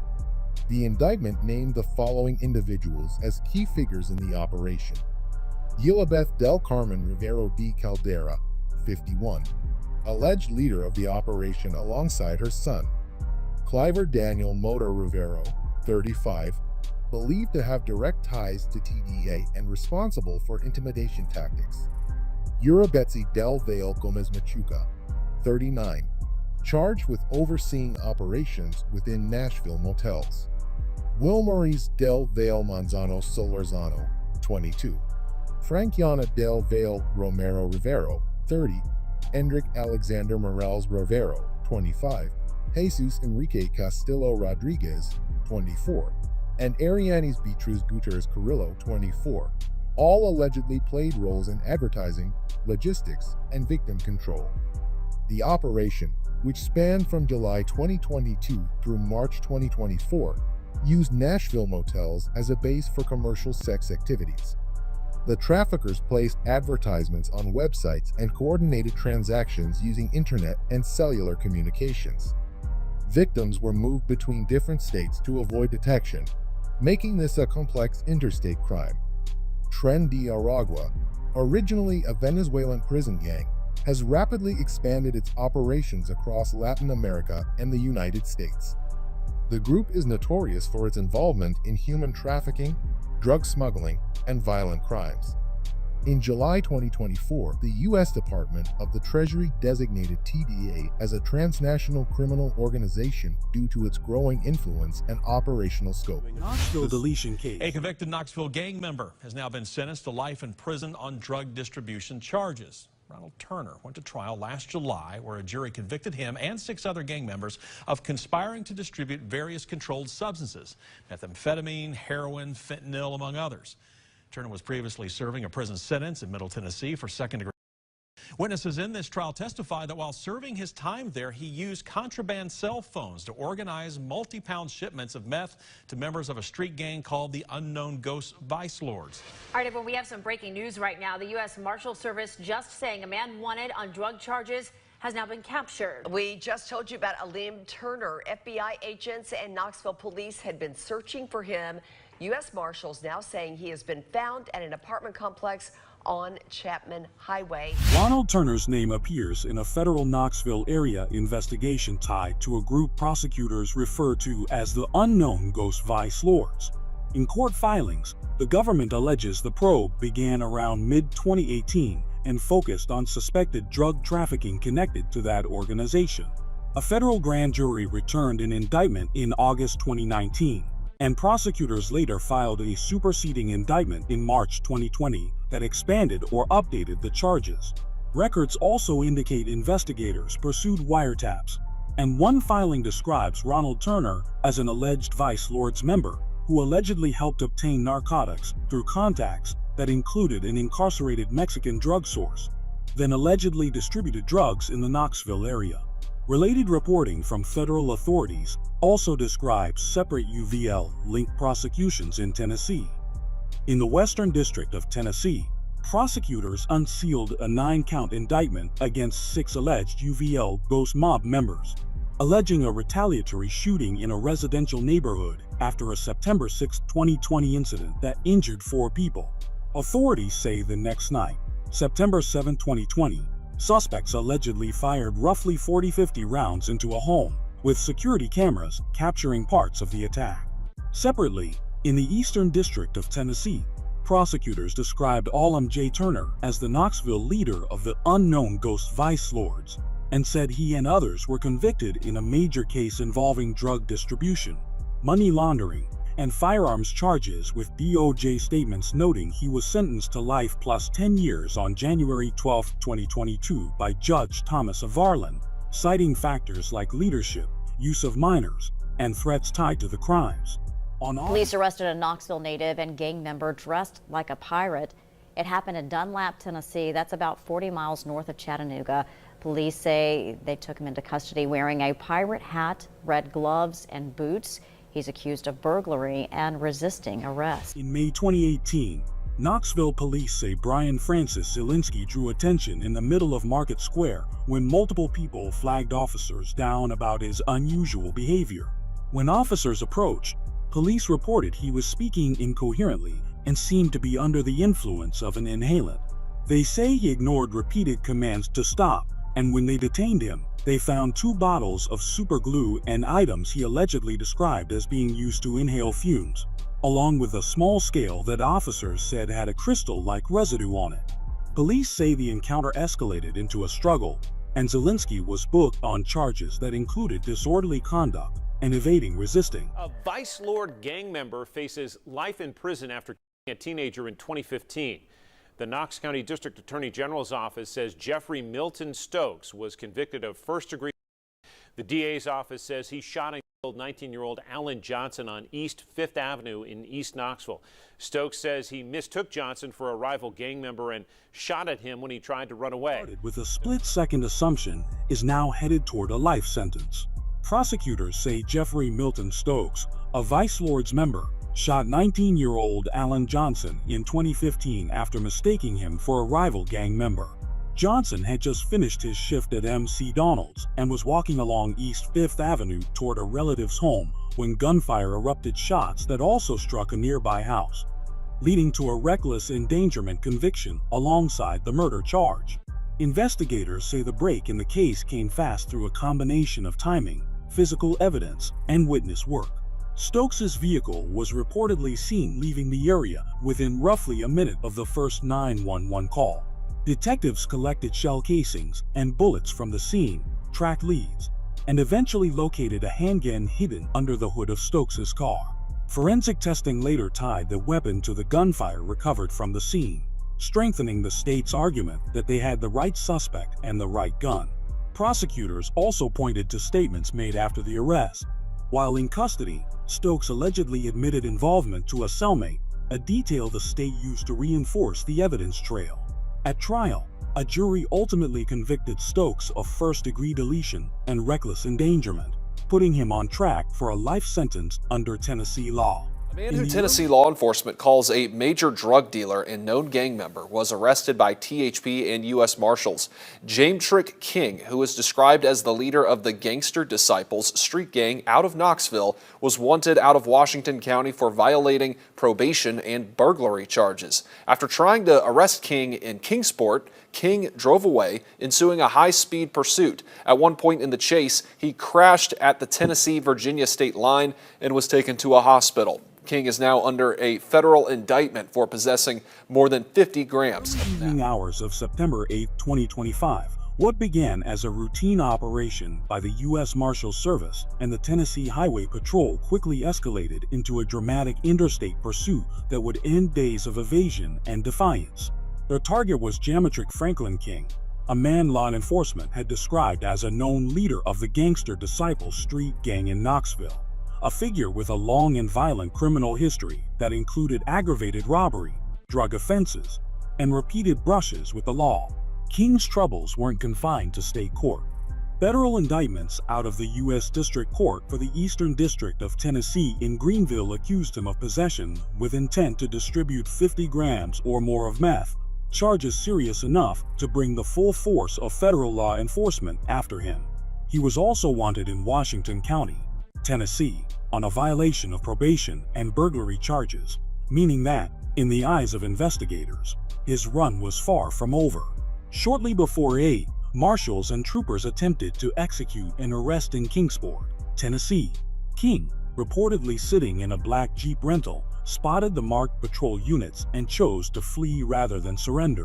What followed was a high-speed chase along local roads and then onto Interstate 81, with King driving at speeds exceeding 100 miles per hour. often along the shoulder in a desperate bid to evade capture. As the chase carried him northward, so too did the stakes. Officers tracked the Jeep as it crossed from Tennessee into Virginia, the landscape blurring under the weight of pursuit. Just after crossing the state line near Bristol, King lost control and crashed. Responding units quickly moved in, extracting him from the wreckage. Though the impact shook the highway, King was found to have no serious injuries and was promptly taken to Bristol Regional Medical Center for evaluation before being transferred to the Carter County Jail to await an initial federal Local headlines tonight. A Knoxville gang member will spend the next 45 years in prison with no possibility of parole. 33-year-old Travis Pryor was found guilty of possession with intent to sell and unlawful possession of a firearm. Authorities say Pryor was arrested in October of 2022 after deputies found more than an ounce and a half packaged for sale. They also found digital scales, bags, $8,000 in cash, and 2 loaded guns. Pryor's criminal history includes 17 prior felony convictions for crimes like aggravated kidnapping, robbery, and numerous weapons offenses. They also say he is a member of the Roland's 60s Crips street gang. Travis Pryor was arrested in October 2022. He is a member of the Roland 60s Crips Street Gang. In October 2022, deputies took Pryor into custody after investigators say they found more than an ounce and a half of Fendi packaged for sale, along with digital scales, packaging materials, about $8,000 in cash, and 2 loaded firearms. Prosecutors have described that 1,009 bulk Fendi plus distribution gear, cash plus guns as the classic ready-to-sell setup, not simple possession. What really drives the sentence is Pryor's record. Prosecutors said he had 17 prior felony convictions, including violent felonies like aggravated kidnapping and robbery, plus multiple weapons offenses. That history matters because it can trigger harsh enhancements and consecutive time in Tennessee, especially when firearms are involved. That's how Pryor ultimately ends up with the outcome: 45 years in prison with no possibility of parole, tied to this Fendi and firearms arrest, with officials also stating he's affiliated with the Rolling 60s Crips. Our top story for you, the Tennessee Bureau of Investigation says 14 people are in custody following a narcotics investigation. The Pagans Motorcycle Club became the focal point for TBI's Drug Investigation Division as information was gathered about the group's drug distribution efforts. TBI Director David Roush telling 6 News information showed Richard Carroll Baker and Brian Baston Fox were leading the drug operation. Now, 15 people have been charged, with 14 in custody, all facing charges for distribution and possession of more than 300 grams. On August 8, 2024, Tennessee investigators stepped in front of cameras in Knoxville and described what they said was a months-long crackdown on Pagans Motorcycle Club-linked drug trafficking in East Tennessee. According to the Tennessee Bureau of Investigation and the 6th Judicial District Attorney General's Office, the case centered on an alleged meth distribution conspiracy that investigators say had been building in the background since late 2023 until it was time to move. In the state's telling, the operation came together through surveillance, developing sources, and coordinated planning with local and federal partners, then turned into early morning enforcement. Indictments unsealed, arrests carried out, and multiple locations searched as agents tried to take key suspects into custody before anyone could scatter. Prosecutors said a Knox County grand jury returned charges against 15 people, and authorities reported 14 arrests during the takedown phase. Officials framed it as more than just a drug case. They said the investigation was aimed at dismantling an organized network they claim used structure and loyalty often associated in public with club culture to move narcotics and protect the operation. The case centers on a 6-month Knox County investigation that ended with a SWAT-backed search warrant at a home on Sunset Avenue in East Knoxville. When deputies moved in, authorities said they found a large amount of Mary inside, which turned a quiet address into a felony drug case in a matter of minutes. The sheriff's office framed the raid as the close of a longer operation, not a random hit, with investigators building their case before they ever knocked on the door. According to the details provided, 3 people were arrested, all listed as Knoxville residents. All three were charged with sale and delivery of Mary based on what authorities alleged was recovered during the warrant service at 2704 Sunset Ave. The case didn't stop at the house. Investigators also searched Robinson's vehicle and allegedly found other drugs, which added another felony charge: sale and delivery of a Schedule II controlled substance. In the sheriff's office account, the gang unit said it had confirmed Isaac and Robinson as Bloods members, an allegation that can raise the stakes around how a case is presented, even though the court still has to sort out what's proven versus what's claimed. The case traces back to an early morning robbery outside the ATM at Home Federal Bank on Merchant Drive in Knoxville. Police say that on October 13, 2016, two suspects approached a man, asked him for a cigarette, then threatened him with a gun and took off in his black Nissan pickup truck. What made it move fast was the cross-city chase that followed. The next day in Chattanooga, an officer spotted the stolen pickup and tried to stop it. Police say the driver, identified as Brandon Moades, ran, leading to a pursuit that ended when the truck crashed into another vehicle. The occupants jumped out and fled on foot, turning it into a manhunt instead of a simple traffic stop. Arrests came in pieces. Chattanooga police picked up Elijah Springs on Friday evening, and authorities said Springs was not the passenger during the chase. Moades was located and arrested 2 days later, Sunday, October 16th, at a residence. The community says its final goodbyes to a mother and key witness in an upcoming trial. Family and friends of Bianca Horton gathered today for her funeral at Olivet Baptist Church. Cortez Sims shot her daughter, and 2 others in a home invasion just last year. Officers say she bravely worked with them, and her death was even tragic for those who see violence every day. 54 Athens Park Bloods were indicted, and 44 of them were in court today. 44 defendants means 44 different attorneys, and the judge had to look outside of Hamilton County just to make sure there were enough people to represent them. Bureau of Investigation says Chattanooga Police and the U.S. Marshals Service helped with the search and that arrest. Sims now facing several charges, including first-degree for the January 7th shooting at College Hill Court. While he was only 17, he had already been in trouble with the law as well as multiple schools. Which quickly filled up with accused Athens Park Bloods gang members, their families, and attorneys. In fact, it was so packed with lawyers, many didn't have anywhere to sit. Are you represented by a lawyer? Are you able to afford to hire a lawyer?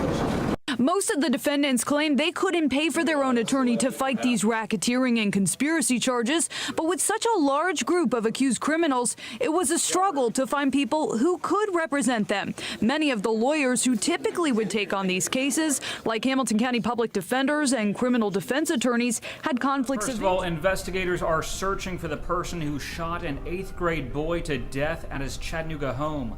Police and neighbors say 13-year-old DeAndre Southers wasn't the intended target, but he was the latest victim in an ongoing retaliation between 2 rival gangs, the Athens Park Bloods and the Bounty Hunter Bloods.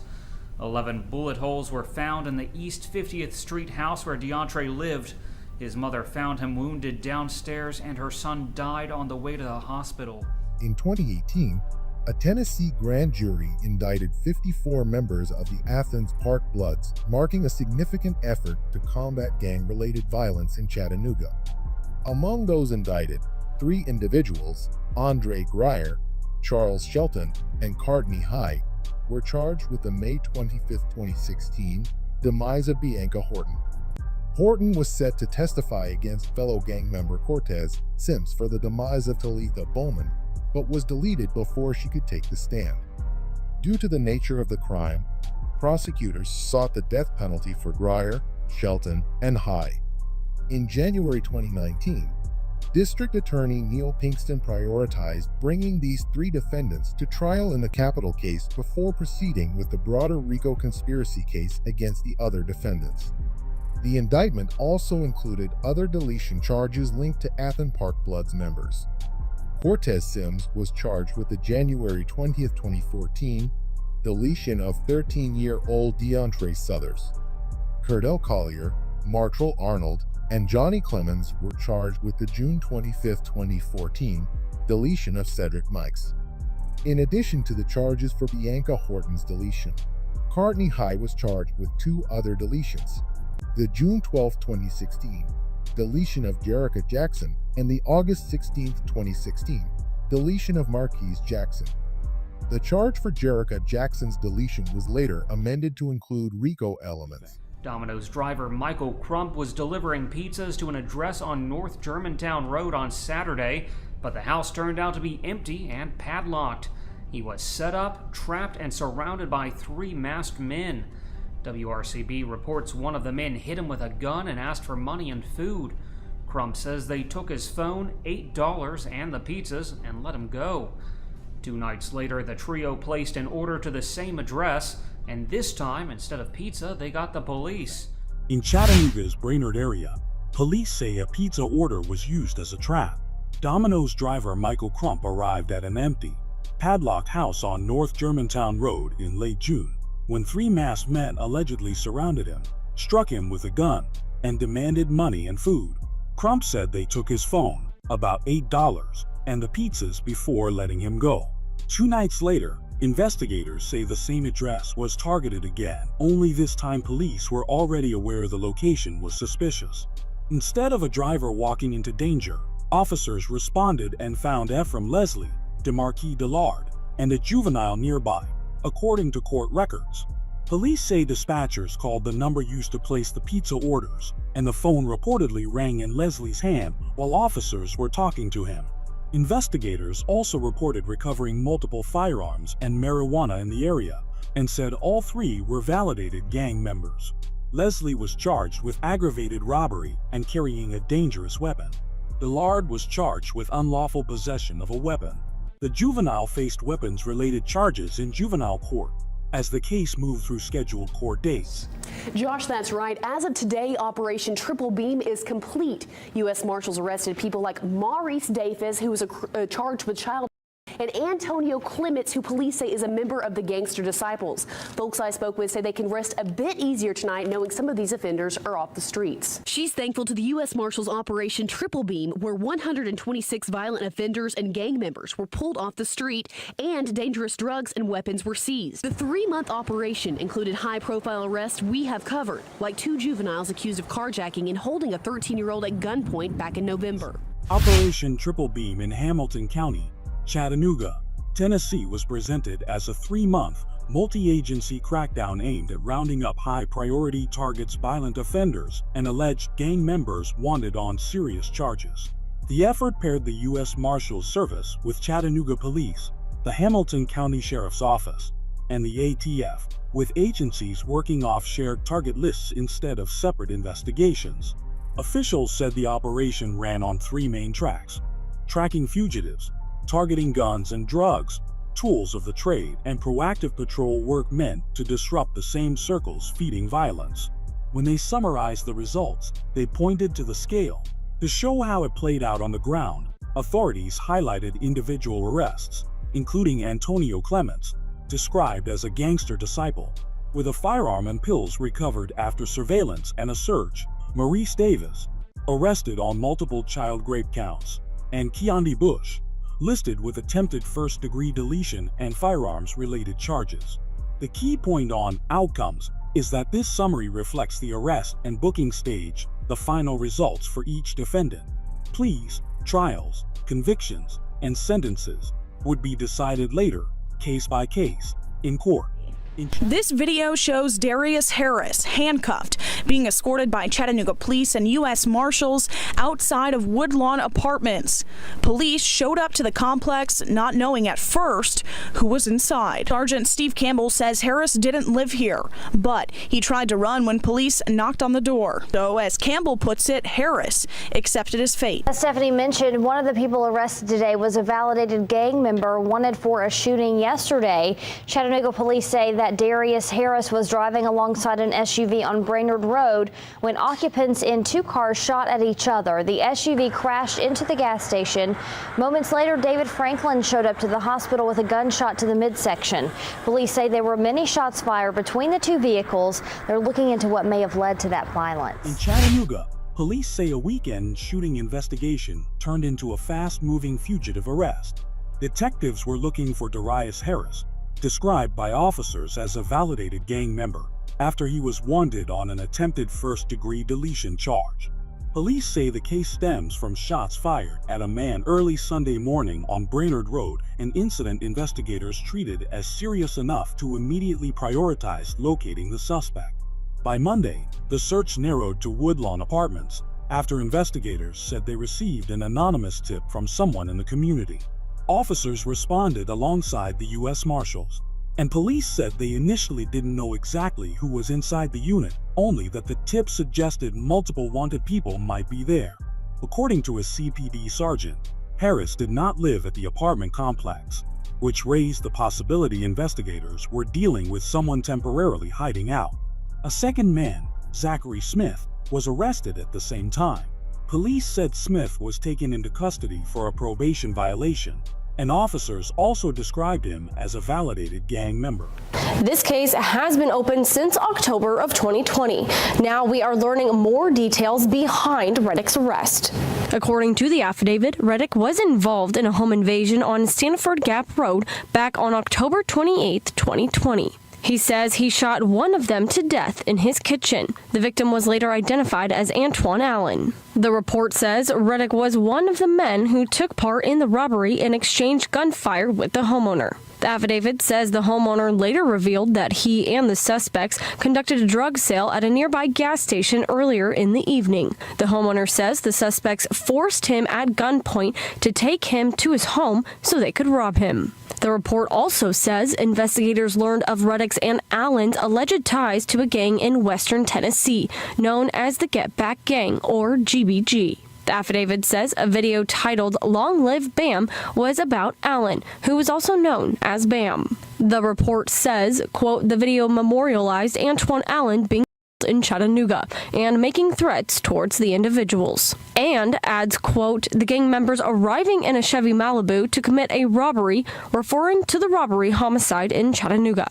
That Chevy is the car police found with a bullet impact that matches the homeowner's gun.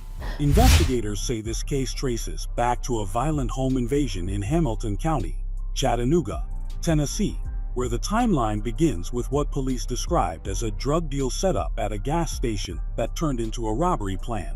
According to investigators, the victim, Travis Patrick, was forced back to his home on Stanford Gap Road at gunpoint so the suspects could steal drugs and money.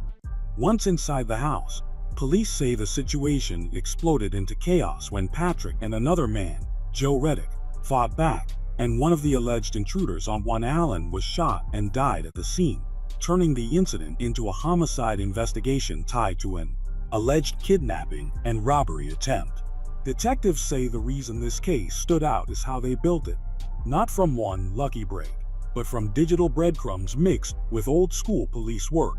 Reporting says investigators looked at online content connected to the suspects' circle, including rap videos posts that appeared to reference the incident, and used those details to help confirm identities, relationships, and other leads they could cross-check through interviews, known associates, and investigative records. In other words, the rap content wasn't treated as the whole case, but as one piece that helped point detectives toward names and connections they believed match what happened during the home invasion. Years later, police announced the arrest of Travian Reddick, captured in Nashville in late October 2024, in connection with that 2020 home invasion. Authorities said he faced major charges tied to the alleged plot and the death that happened during it, including felony deletion, especially aggravated kidnapping, and aggravated robbery, along with weapons-related counts. The reporting also mentions investigators linking the suspects to a West Tennessee gang reference as Get Back Gang, GBG, which police used to explain how the group knew each other and how the alleged plan came together. The man arrested in Chattanooga is Adelvis Rodriguez Carmona. He's a known member of Tren de Aragua with a history of violent crimes in Chicago and New York City. On November 15th, the TBI told Fox News that TDA was operating in Knoxville, Memphis, Chattanooga, and Nashville, but provided little detail. Since then, I've contacted the TBI multiple times requesting more information on arrests and specifics on where this gang is operating. In Chattanooga, Operation Crime and Justice put a hotel-based case in the spotlight after investigators said they uncovered an alleged human trafficking and prostitute operation. Reporting says authorities publicly linked at least one suspect, Adelvis Rodriguez Carmona, to Tren de Aragua, a Venezuelan gang Tennessee officials have warned about. Police said the enforcement action focused on activity at the Serenity Stay Hotel on November 18th, and they described it as a network case, not a one-off incident. 4 defendants were named: Rodriguez Carmona, Cesar Alejandro Rodriguez Gutierrez, Jose Jefferson Sarmiento Zapata, and Zulimar Yamilet Diaz Rojas. In Chattanooga, officials framed this crackdown as a coordinated flush-out, not one case, but an opening wave of arrests built by federal, state, and local agencies working the same target lists. Authorities said close to 30 people were taken into custody, 25 from Chattanooga, 4 from Marion County, and at least 16 of those indicted were described as known gang members. Prosecutors called it the start of a longer campaign meant to disrupt the same networks tied to repeat violence. Investigators linked the roundup to multiple groups including the Bloods, Crips, Gangster Disciples, and Aryan Nation, and said defendants faced a mix of drug and firearms charges at both the state and federal level. Officials stressed the stakes were serious, with some federal cases carrying the possibility of decades in prison, even life, depending on the charges and criminal history. Chattanooga police say this case began with a call that a possible shooting suspect was at a location on Brainerd Road. Officers responded, and instead of finding just one person, they say the scene quickly widened into a gang-focused arrest operation involving 4 validated gang members, with police noting that 3 could potentially face federal charges depending on how prosecutors move forward. According to the report, officers first found James Getter in possession of a loaded handgun and marijuana. As the search continued, police say they discovered 2 additional validated gang members hiding inside the women's restroom stalls, and in another part of the building they located Michael Jones, described as a convicted felon, also with a loaded handgun. Police said they used K-9 units to help clear the building and related areas as they worked to secure everyone involved. By the end of the response, all 4 were in custody and facing an initial stack of charges. In Chattanooga, a federal gang and drug investigation targeted a man detectives knew as Tank, who they identified as Darius Jermaine Blakemore, described by police as a high-ranking Rolling 40 Crips member. What began as surveillance on suspected age sales quickly turned into a tight timeline built from hotel sightings, vehicle movements, and traffic stops. Investigators said they watched a white BMW at the Town Place Suites on MC Cutchin Road, then saw Blakemore arrive with Ariel Bailey and move between locations, including a nearby Microtel Inn. Police stopped Bailey after she drove off, and officers said she confirmed she had just dropped off Blakemore, helping detectives lock in his identity as Tank. Soon after, police said Blakemore left the Microtel in a black Chevrolet Trailblazer and was stopped near a Dollar General on Shallowford Road. Officers claimed an assault-style rifle fell near the door when it opened, and they reported finding suspected drugs on Blakemore in a way they say suggested distribution. Police also said a search connected to the investigation recovered 2 loaded handguns inside the white BMW. With guns, drugs, and prior convictions in his background, authorities framed it as a serious guns and dope federal case. Across these An investigation that would be the eventual undoing of the Mongols Motorcycle Gang started with of a woman in a Bumpus Mills cemetery. This is the gang's website. They have a chapter in Tennessee.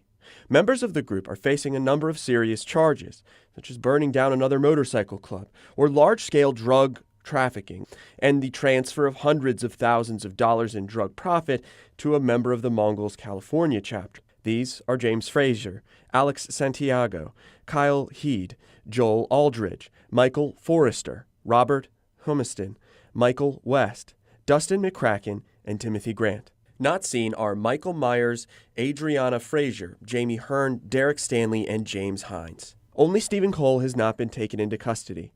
Clarksville police announced him missing. 18 members of the Clarksville Mongols Motorcycle Club, accused of terrorizing that community for years, are now sentenced on federal charges. According to the DOJ, the Mongols Motorcycle Club didn't have territory in Tennessee yet back then. So to establish the Clarksville Mongols, they burned down another motorcycle clubhouse in Clarksville. In May 2015, members kidnapped a young mother because they believed she had stolen from them. Their violent crimes continued through 2018, including distributing 50 pounds of meth in Tennessee and Kentucky. A former Clarksville Mongol was kidnapped and beaten to death in November of 2017. Sentences ranged from time served to 40 years in federal prison.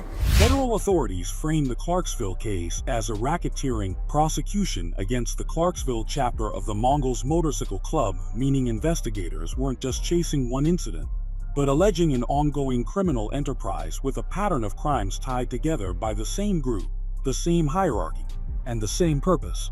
According to the January 18, 2018 federal indictment announcement, prosecutors charged a large group of members' associates, plus additional defendants on related drug robbery counts, in a 54-count case that alleged deletions, kidnappings, arson, robberies, extortion, drug trafficking, firearms offenses, and money movement tied to the organization's operations.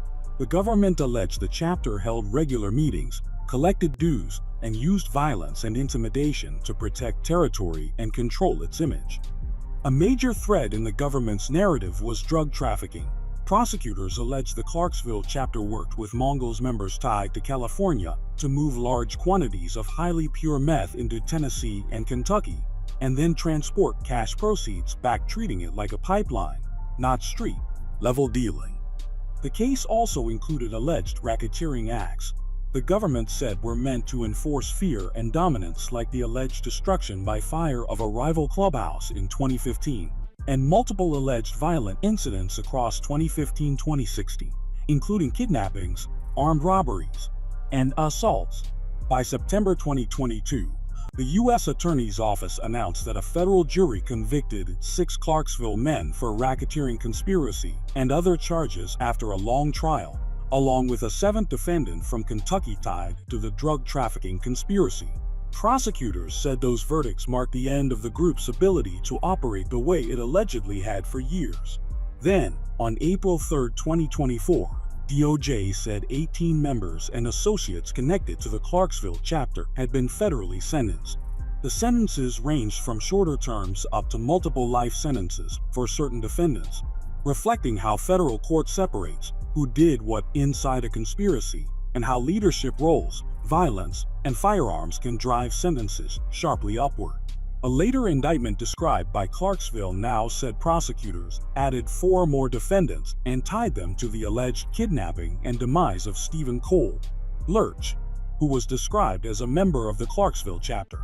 Those defendants were named as William Nelper, Flip, William Boylston, J.C., Jason Meyerholz, Country, and Christopher Wilson, with charges framed in racketeering terms, the kind of charging that tries to connect the act to the enterprise itself, not just the moment of violence. Yesterday, a grand jury handed down a 40-count indictment against 11 men in the gang, Gangster Disciples. Marcus Darden was among one of the men arrested and the most dangerous.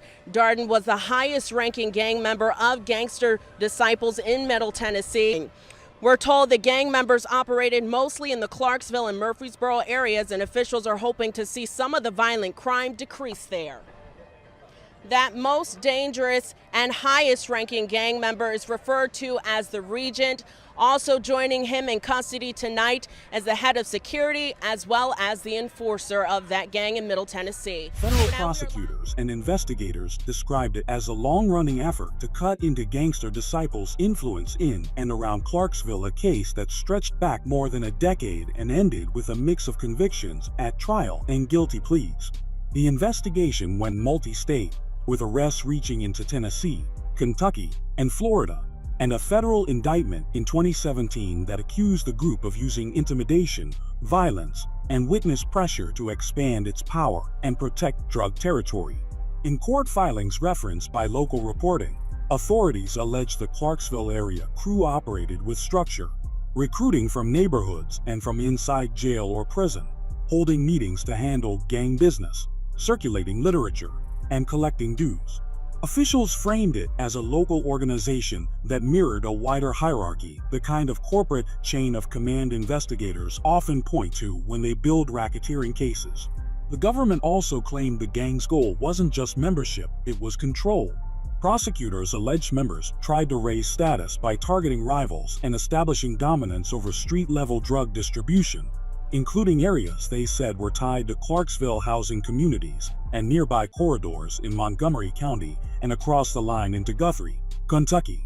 As part of the racketeering narrative, authorities tied the group to several major incidents over the years, including the demise of alleged rival Bloods members, named in the reporting as Jesse Hairston in September 2007 and Malcolm Wright in November 2012. They also cited shootings connected to alleged Vice Lords targets in 2014, including an incident where bystanders were hit. Details prosecutors used to argue the violence put entire neighborhoods at risk. When the case reached its courtroom phase, it split into two paths: pleas and a trial. Reporting said 5 defendants pleaded guilty, including Rex Whitlock of Clarksville, who received a 30-year federal sentence. Another group went to trial in federal court in Nashville, and after a 6-week jury trial, 5 defendants were found guilty on multiple counts.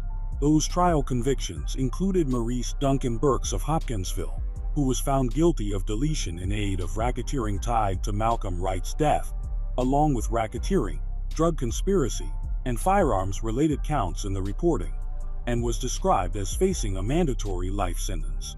Marcus Tremaine Darden of Guthrie was convicted on drug conspiracy and racketeering counts. Derek Lamar Kilgore of Clarksville was convicted on a wide set of counts that included racketeering, drug conspiracy, and violent crime in aid of racketeering allegations connected to rival conflicts.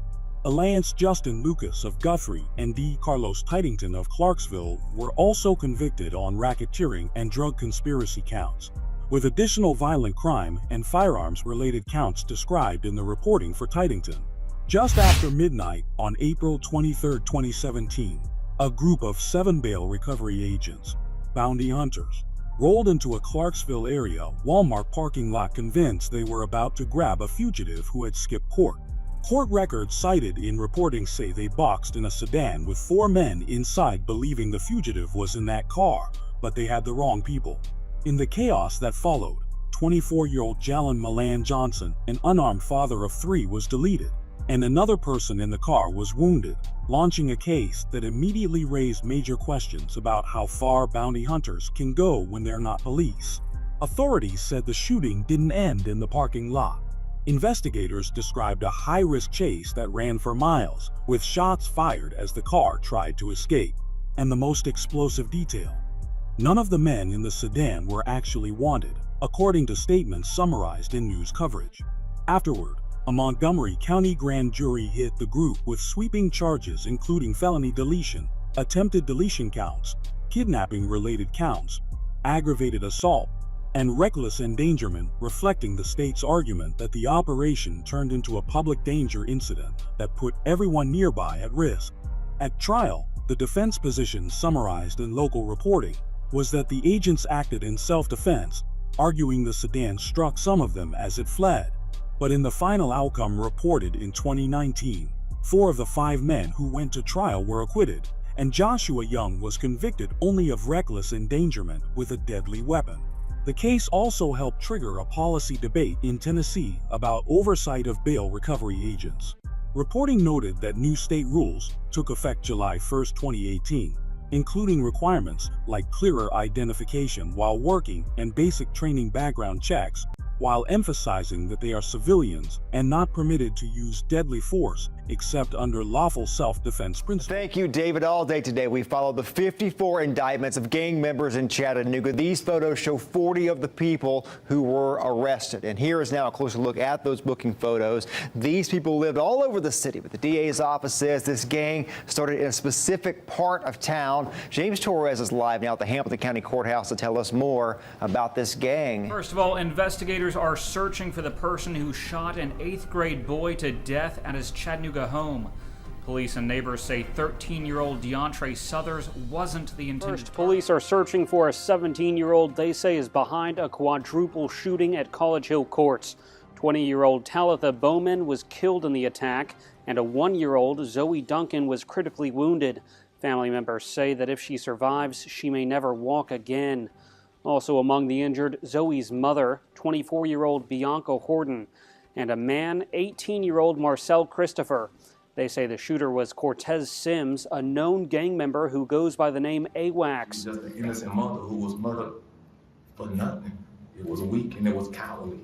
And that's why I'm the most sympathetic about that. Courtney High admitted on the stand that he played a part in Bianca Horton's death. It's a 2016 murder case that put the safety of witnesses in the spotlight. Witnesses like Bianca Horton. Between 2013 and 2018, Chattanooga, Tennessee, became the epicenter of a bloody gang war between two rival Bloods, the Athens Park Bloods and the Bounty Hunter Bloods. What began as a personal dispute between leaders quickly spiraled into a wave of retaliatory shootings, targeted executions, and widespread terror that gripped the community. Over the years, a series of high-profile deletions, including the tragic deaths of 13-year-old DeAndre Southers, Talitha Bowman, and witness Bianca Horton, shocked the city and exposed the far-reaching influence of gang culture. This escalating violence ultimately led to a historic 2018 RICO indictment, the largest gang takedown in Chattanooga's history, as law enforcement launched an aggressive strategy to dismantle the Athens Park Bloods criminal enterprise and restore stability to a community plagued by fear. According to the district attorney's office, Willie Bush is the father of the Athens Park Bloods in Chattanooga. In the past, police called him a career criminal. They say he influenced his children to participate in gang activity while living in the south side of town. Dozens of members of one Chattanooga gang appeared in court for the first time since being charged in a groundbreaking case. Security was tight and everything went as planned. This morning, Catherine Marchand was there. And Catherine, you also learned today other counties are now getting dragged into this RICO case. Yeah, Josh, that's right. 54 Athens Park Bloods were indicted and 44 of them were in court today. 44 defendants means 44 different attorneys. And the judge had to look outside of Hamilton County just to make sure there were enough people to represent them. Extra security was in place outside this Hamilton County courtroom, which quickly filled up with accused Athens Park Bloods gang members, their families, and attorneys. In fact, it was so packed with lawyers, many didn't have anywhere to sit. Are you represented by a lawyer? Are you able to afford to hire a lawyer? Most of the defendants claimed they couldn't pay for their own attorney to fight these racketeering and conspiracy charges, but with such a large group of accused criminals, it was a struggle to find people who could represent them. Many of the lawyers who typically would take on these cases, like Hamilton County public defenders and criminal defense attorneys, had conflicts of interest. Bill Speak's firm has previously represented 19 of the gang members. In late 2013, a violent gang feud erupted in Chattanooga, Tennessee, between two rival blood sets, the Athens Park Bloods and the Bounty Hunter Bloods. Tensions reached a boiling point after a fight broke out at a local nightclub in December 2013 between Athens Park Bloods gang leader Marshall Tricky Trail Arnold and Bounty Hunter Bloods leader Bobby Johnson. What began as a personal altercation quickly spiraled into an all-out street war. Within weeks, both gangs launched retaliatory attacks against one another. Homes were riddled with bullets, cars torched, and suspected rivals gunned down in the streets. According to police intelligence at the time, Chattanooga was in the midst of an ongoing gang feud that showed no signs of slowing. This escalating wave of violence would set the stage for a string of brutal deletions over the next several years, deletions that shocked the community and eventually led to one of the most significant gang-related RICO indictments in Tennessee's history. First of all, investigators are searching for the person who shot an 8th grade boy to death at his Chattanooga home. Police and neighbors say 13-year-old DeAndre Southers wasn't the intended target, but he was the latest victim in an ongoing retaliation between two rival gangs, the Athens Park Bloods and the Bounty Hunter Bloods. 11 bullet holes were found in the East 50th Street house where DeAndre lived. His mother found him wounded downstairs, and her son died on the way to the hospital. Southers was a student at East Lake Academy of Fine Arts. The DA says he murdered 13-year-old DeAndre Southers in 2014. There was a beef between Bounty Hunter and Athens Park. During his first trial, prosecutors talked about Sims's affiliation with the Athens Park Bloods. They said one of the men he shot in 2015, seen here on the floor, was a member of a rival gang. Marcel Christopher refused to testify in Sims's trial. One of the earliest and most heartbreaking casualties of the Bloods gang war in Chattanooga was 13-year-old DeAndre Southers. On the night of January 20th, 2014, gunmen opened fire through the front door of his family's home, resulting in the deletion of the young teen. DeAndre was the stepson of Bounty Hunter Bloods leader Bobby Johnson, and investigators believe members of the Athens Park Bloods carried out the act in direct retaliation. Earlier that same evening, relatives of an Athens Park Bloods member had been targeted in a shooting allegedly by Bounty Hunter Blood members, and authorities believe DeAndre's demise was meant to send a deadly message. Despite the brutality of the event, no one was charged for years. Detectives received information pointing to several Athens Park Blood members, but witnesses from the neighborhood refused to cooperate, fearing violent repercussions from the gang. The case went cold, leaving DeAndre's family without answers. It wasn't until 2018, 4 years later, that prosecutors finally brought charges against Cortez LeBron Sims, a known Athens Park Bloods member. By then, Sims' name had already become infamous in Chattanooga, as he would later be connected to several other high-profile incidents tied to the same gang war. The demise of a 13-year-old boy in his own home shocked the community and underscored just how far the feud between the rival blood sets had spiraled out of control. Police were called to South Terrace around 2 a.m. Wednesday about a traffic crash. When they got there, they found a vehicle down an embankment with a man dead inside. Another mysterious and chilling event during this violent period was the demise of Cedric Kentrell Blinky Mikes, age 32.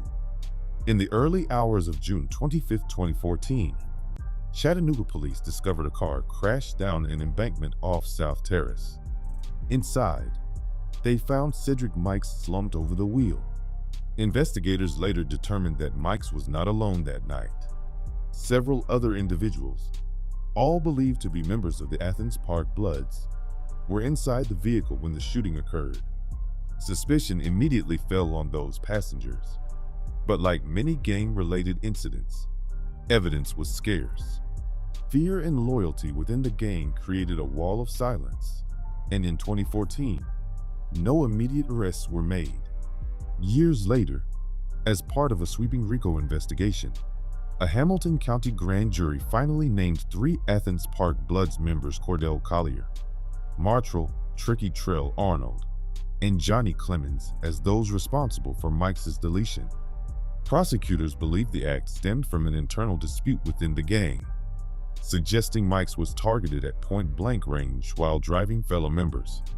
By 2023, one of the defendants, Johnny Clemens Jr., accepted a plea deal, admitting to a reduced charge of voluntary manslaughter in Mikes' case. During his hearing, Clemens maintained that the fatal shot came from the back seat, but medical examiner findings contradicted his account, indicating the weapon was likely fired from beside the driver. Because of the case's age and evidentiary challenges, Clemens received a 5-year sentence, essentially time served after years behind bars awaiting trial. First, police are searching for a 17-year-old they say is behind a quadruple shooting at College Hill Courts. 20-year-old Talitha Bowman was killed in the attack, and a 1-year-old Zoe Duncan was critically wounded.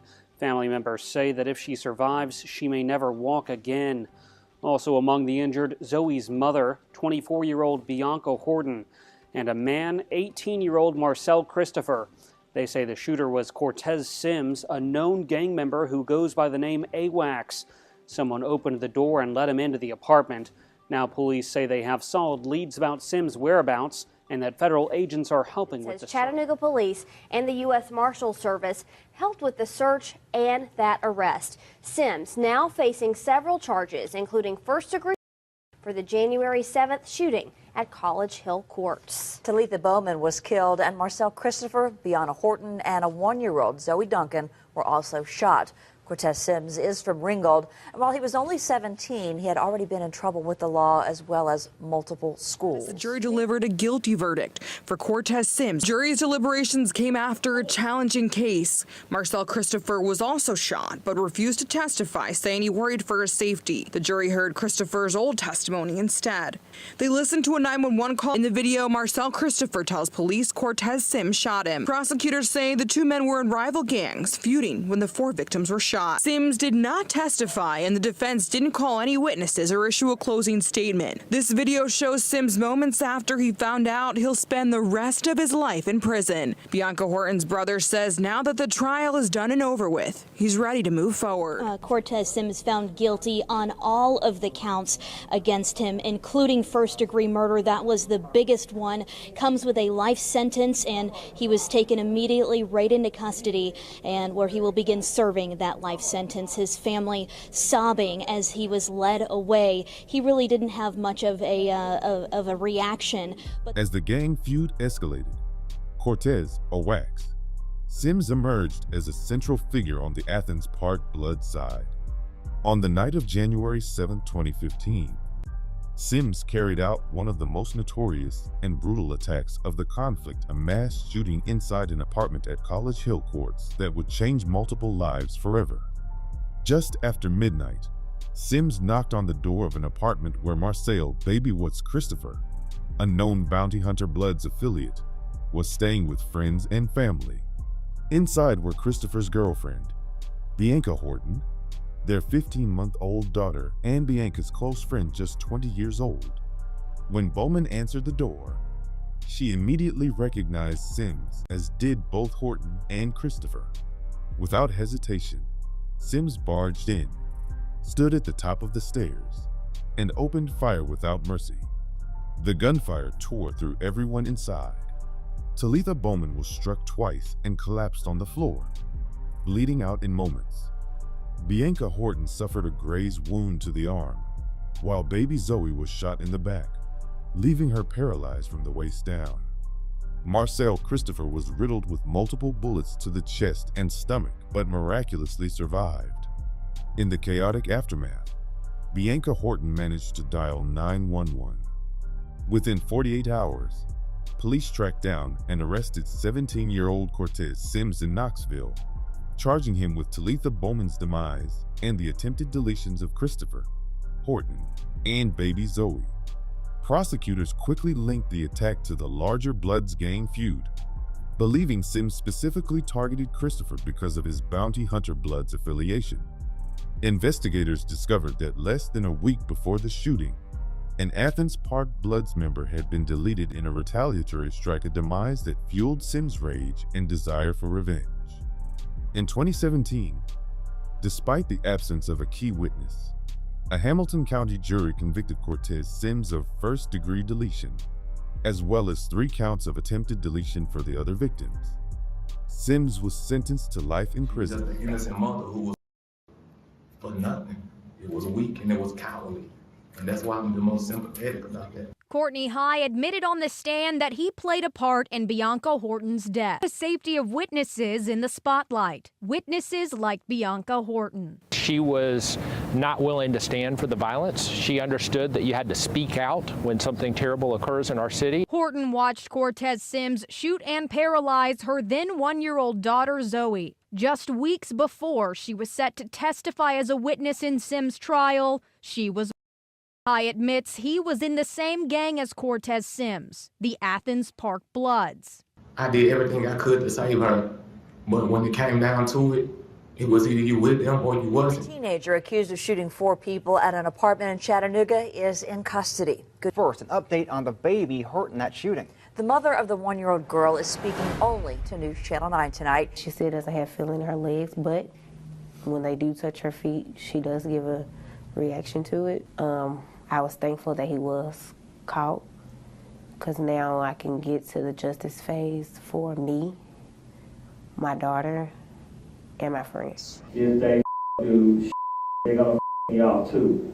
That is just part of a phone call prosecutors argue is related to a kite that they say was intercepted inside of the Hamilton County Jail in August 2016. This is not an actual kite, but a jail letter that goes by the slang term kite behind bars. In that kite, prosecutors believe Greer was threatening fellow gang member Johnny Clemens against testifying in a separate case unrelated to the murder of Bianca Horton. Lead investigator on this case, Jeremy Wimbush, read the letter aloud in court. I don't know the mark you become, but if you get on that stand or cooperate any further with these people, it's personal with us. I love you as a brother. Don't cross the mob. Let bygones be bygones, and this paperwork This evening, a suspect in notorious case took a plea deal on Wednesday that avoids the death penalty. Courtney High pled guilty to 3 years in all from 8 years ago. He admitted to the murders of cousins Jerica and Marquise Jackson, but the highest profile case was of Bianca Horton. She was the young mother who agreed to testify against gang leader Cortez Sims for shooting and paralyzing her young daughter. The community says its final goodbyes to a mother and key witness in an upcoming trial. Family and friends of Bianca Horton gathered today for her funeral at Olivet Baptist Church. By the spring of 2016, Bianca Horton was still recovering from the trauma of the College Hill courts shooting the year before. She had been there the night her close friend Talitha Bowman met her demise, and her own 15-month-old daughter, Zoe, was left paralyzed by a bullet from Cortez, Owax Sims. Bianca had survived, but her role as the key eyewitness who could directly tie Sims to Bowman's demise put her in grave danger. She was scheduled to testify at Sims' upcoming trial, a decision that made her a target. On the morning of May 25, 2016, that threat became a reality. Bianca, just 26 years old, was outside her home in Chattanooga's Alton Park neighborhood when multiple attackers struck in broad daylight. Witnesses described the scene as sudden and shocking, saying the men swooped in like they were on roller skates, grabbing Bianca in seconds and forcing her into a waiting white van.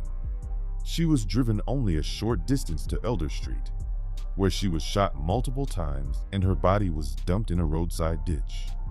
When police arrived, they found Bianca's body riddled with 6 bullets. The community was shaken to its core.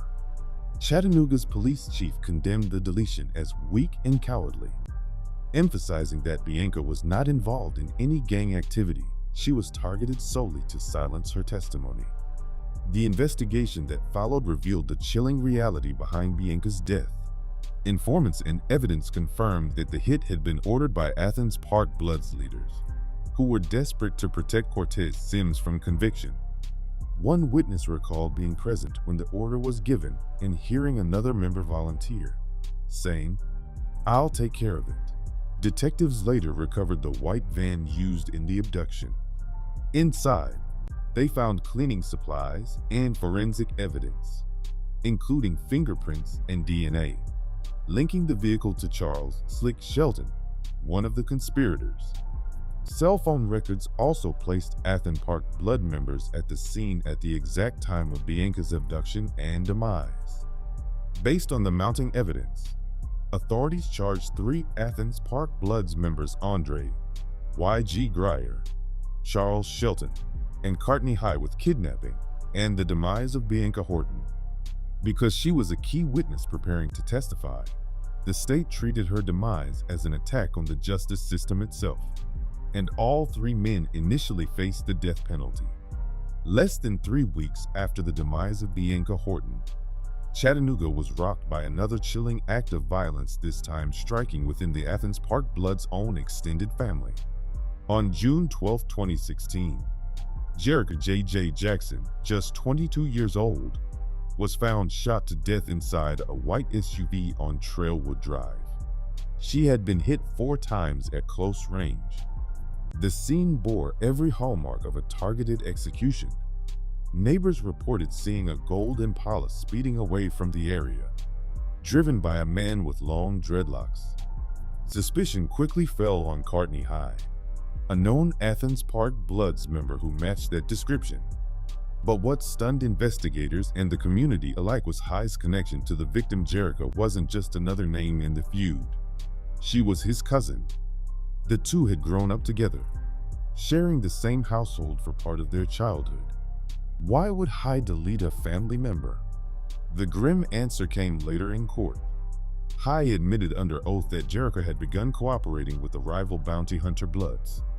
Prosecutors alleged she had even agreed to lure Athens Park Blood members into an ambush for the bounty hunter Bloods gang. When Athens Park Bloods leadership learned of her actions reportedly tipped off by other women involved, they allegedly issued a green light on Jerica's life. According to prosecutors, High orchestrated the setup. On the day of the demise, he had an unwitting female acquaintance invite Jerica to a specific house, making it appear to be a friendly visit. High then lay in wait outside, hidden in the bushes. When Jerica arrived and parked her SUV, High walked up to her vehicle and shot her at point-blank range as she sat in the driver's seat. The demise of someone who was not only a one-time ally, but also family underscored the ruthlessness of the gang's code. Loyalty to the sect came before blood ties. In court, one of High's relatives openly condemned his actions, saying tearfully, "She loved you. She was like your sister."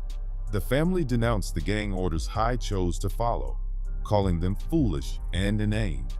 Initially, High was charged with Jerica Jackson's demise as a standalone case. But in 2018, that charge became part of the sweeping RICO indictment against the Athens Park Bloods, upgrading it to a racketeering-related deletion tied directly to the gang's broader criminal conspiracy. By August 2016, the violent feud between the Athens Park Bloods and their rivals was still raging, and Courtney High found himself entangled in yet another deadly act. On the night of August 7, 2016, attackers struck a house on Water Street, where 24-year-old Marquise Jackson was staying. Despite sharing a last name with Jerica Jackson, Marquise was not related to her. Marquise was believed to be either a bounty hunter Blood, or at least closely allied with them. According to Athens Park Blood intelligence, he was suspected of being directly involved in the deletions of Athens Park Bloods members during previous incidents. That alleged role made him a marked man. On the night of the attack, there was a knock at the door. When Marquise answered, he was confronted by violence. According to later testimony, Courtney High arrived at the residence accompanied by an underage teenage girl whom the gang had drawn into the plot. The girl had been tasked with carrying out the deletion as part of a gang initiation, a test to prove herself. When she pointed a handgun at Marquise, the weapon jammed and failed to fire. In that moment, High stepped forward, pulled his own gun, and opened fire, striking Marquise multiple times at point-blank range. Marquise collapsed at the doorway, fatally wounded. Authorities described the act as a gangland assassination, carried out in retaliation for Marquise's alleged role in earlier attacks against Athens Park Bloods members. Like the deletion of Jerica Jackson, this case tied directly back to High and the broader network of violence within the Athens Park Bloods. In the sweeping 2018 RICO indictment, Courtney High was formally charged with Marquise Jackson's deletion as part of the gang's racketeering conspiracy. The teenage girl involved in the plot was also charged separately in juvenile court for her role in the attack. The deletion of Marquise Jackson marked the final demise among the 5 people who lost their life, highlighted in the historic indictment, a last bloody chapter in the Chattanooga gang war before law enforcement stepped in to dismantle the Athens Park Bloods criminal enterprise.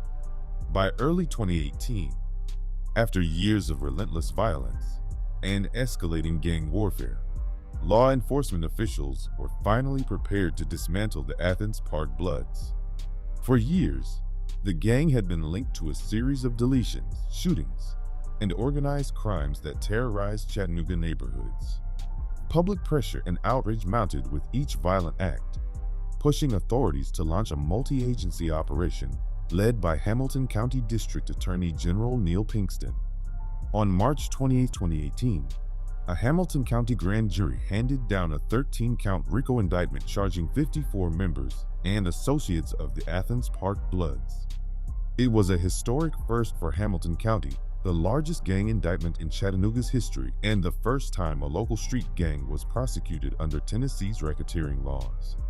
7 defendants were specifically charged in connection with 5 high-profile deletions. Prosecutors alleged these deletions were not random acts of violence, but part of a larger pattern of racketeering activity designed to maintain the gang's dominance, retaliate against rivals, and silence witnesses. In addition, the indictment included counts of conspiracy, drug trafficking, illegal weapons possession, and multiple assaults, illustrating the breadth of the Athens Park Bloods operations. The 2018 Athens Park Bloods takedown marked a turning point in Chattanooga's battle against gang violence. For the first time, authorities shifted their strategy from targeting individual shooters to dismantling the entire organization from the top down. It was a decisive strike intended not just to punish, but to restore safety and stability to a community scarred by years of terror. The RICO case against the Athens Park Bloods evolved into one of the most complex legal battles in Chattanooga's history. Defense attorneys fought hard, arguing that Tennessee's racketeering law required proof of financial gain for each crime, something difficult to establish in deletions motivated by retaliation or vengeance. For example, attorneys for Cortez Sims argued that his alleged role in the 2014 demise of DeAndre Southers wasn't profit-driven and therefore shouldn't fall under RICO. Despite these challenges, the core of the case moved forward, setting the stage for one of Tennessee's most significant gang prosecutions. Over the following years, many defendants faced convictions or plea deals. Cortez Sims, already serving a life sentence for the College Hill Court shooting and the demise of Talitha Bowman, remained a central figure in the RICO case for his alleged role in Southers' deletion. Courtney High, once facing the death penalty, accepted a plea deal in 2024. He confessed to his role in the demise of Bianca Horton, Jerica Jackson, and Marquise Jackson in exchange for life in prison. In a dramatic courtroom moment, High expressed remorse, apologizing to the victims' families and admitting that gang loyalty and pressure drove his actions. He revealed haunting details, lamenting that Bianca Horton met her demise for nothing at the command of gang higher-ups. Not all defendants made it to trial. Charles Slick Shelton, one of the accused in Horton's deletion, died in custody, taking vital secrets about the case with him. Andre Y.G. Grier, another suspect in Horton's case, awaited a decision on whether prosecutors would continue seeking the death penalty. In the 2014 The Demise of Cedric Blinky Mikes, Johnny Clemens Jr. entered an Alford plea to voluntary manslaughter, receiving a 5-year sentence, effectively time served, while co-defendants Cordell Collier and Martrell Arnold resolved their charges through lesser pleas. Dozens of lower-level APB members faced a range of charges from drug trafficking to assault. Many also accepted plea agreements, effectively dismantling the gang's hierarchy. Beyond the courtroom, the 2018 indictment had a transformational impact on Chattanooga. It marked the first major test of Tennessee's expanded RICO statute against a street gang and set a powerful precedent for future cases. The demise of Bianca Horton also exposed a critical vulnerability in the justice system, prompting calls for stronger witness protection programs. In the aftermath, law enforcement and community leaders began working more closely to assure witnesses they would not be left defenseless when testifying against violent offenders.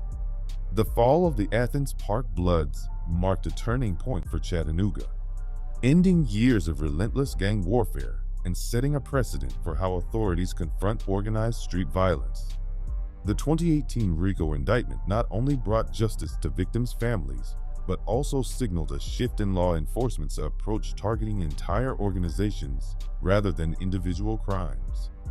Beyond the courtroom, Bianca Horton's tragic death spurred reforms around witness protection and community cooperation, strengthening efforts to safeguard those who stand up against violent gangs. While scars from the conflict remain, the takedown of the Athens Park Bloods represents a significant step toward breaking the cycle of retaliatory bloodshed. From Memphis neighborhoods and Nashville housing projects to Chattanooga streets, Knoxville courtrooms, and Clarksville federal investigations, these cases show that gang activity remains a serious challenge across Tennessee. While each city has its own history and unique criminal organizations, the pattern remains the same: violence, drug trafficking, organized crime, lengthy investigations, and ultimately arrests that can lead to decades behind bars. Whether it's federal RICO indictments, motorcycle gang prosecutions, international gang investigations, or local street gang cases, law enforcement agencies continue working to dismantle criminal networks throughout the state. Tennessee's gang story isn't confined to one city, it's a statewide issue that impacts families, neighborhoods, and entire communities. If you enjoyed this documentary, be sure to subscribe to All Scoops Media for more gang investigations, crime documentaries, prison gang stories, and major law enforcement operations from across the United States. The next case could be closer to home than you think.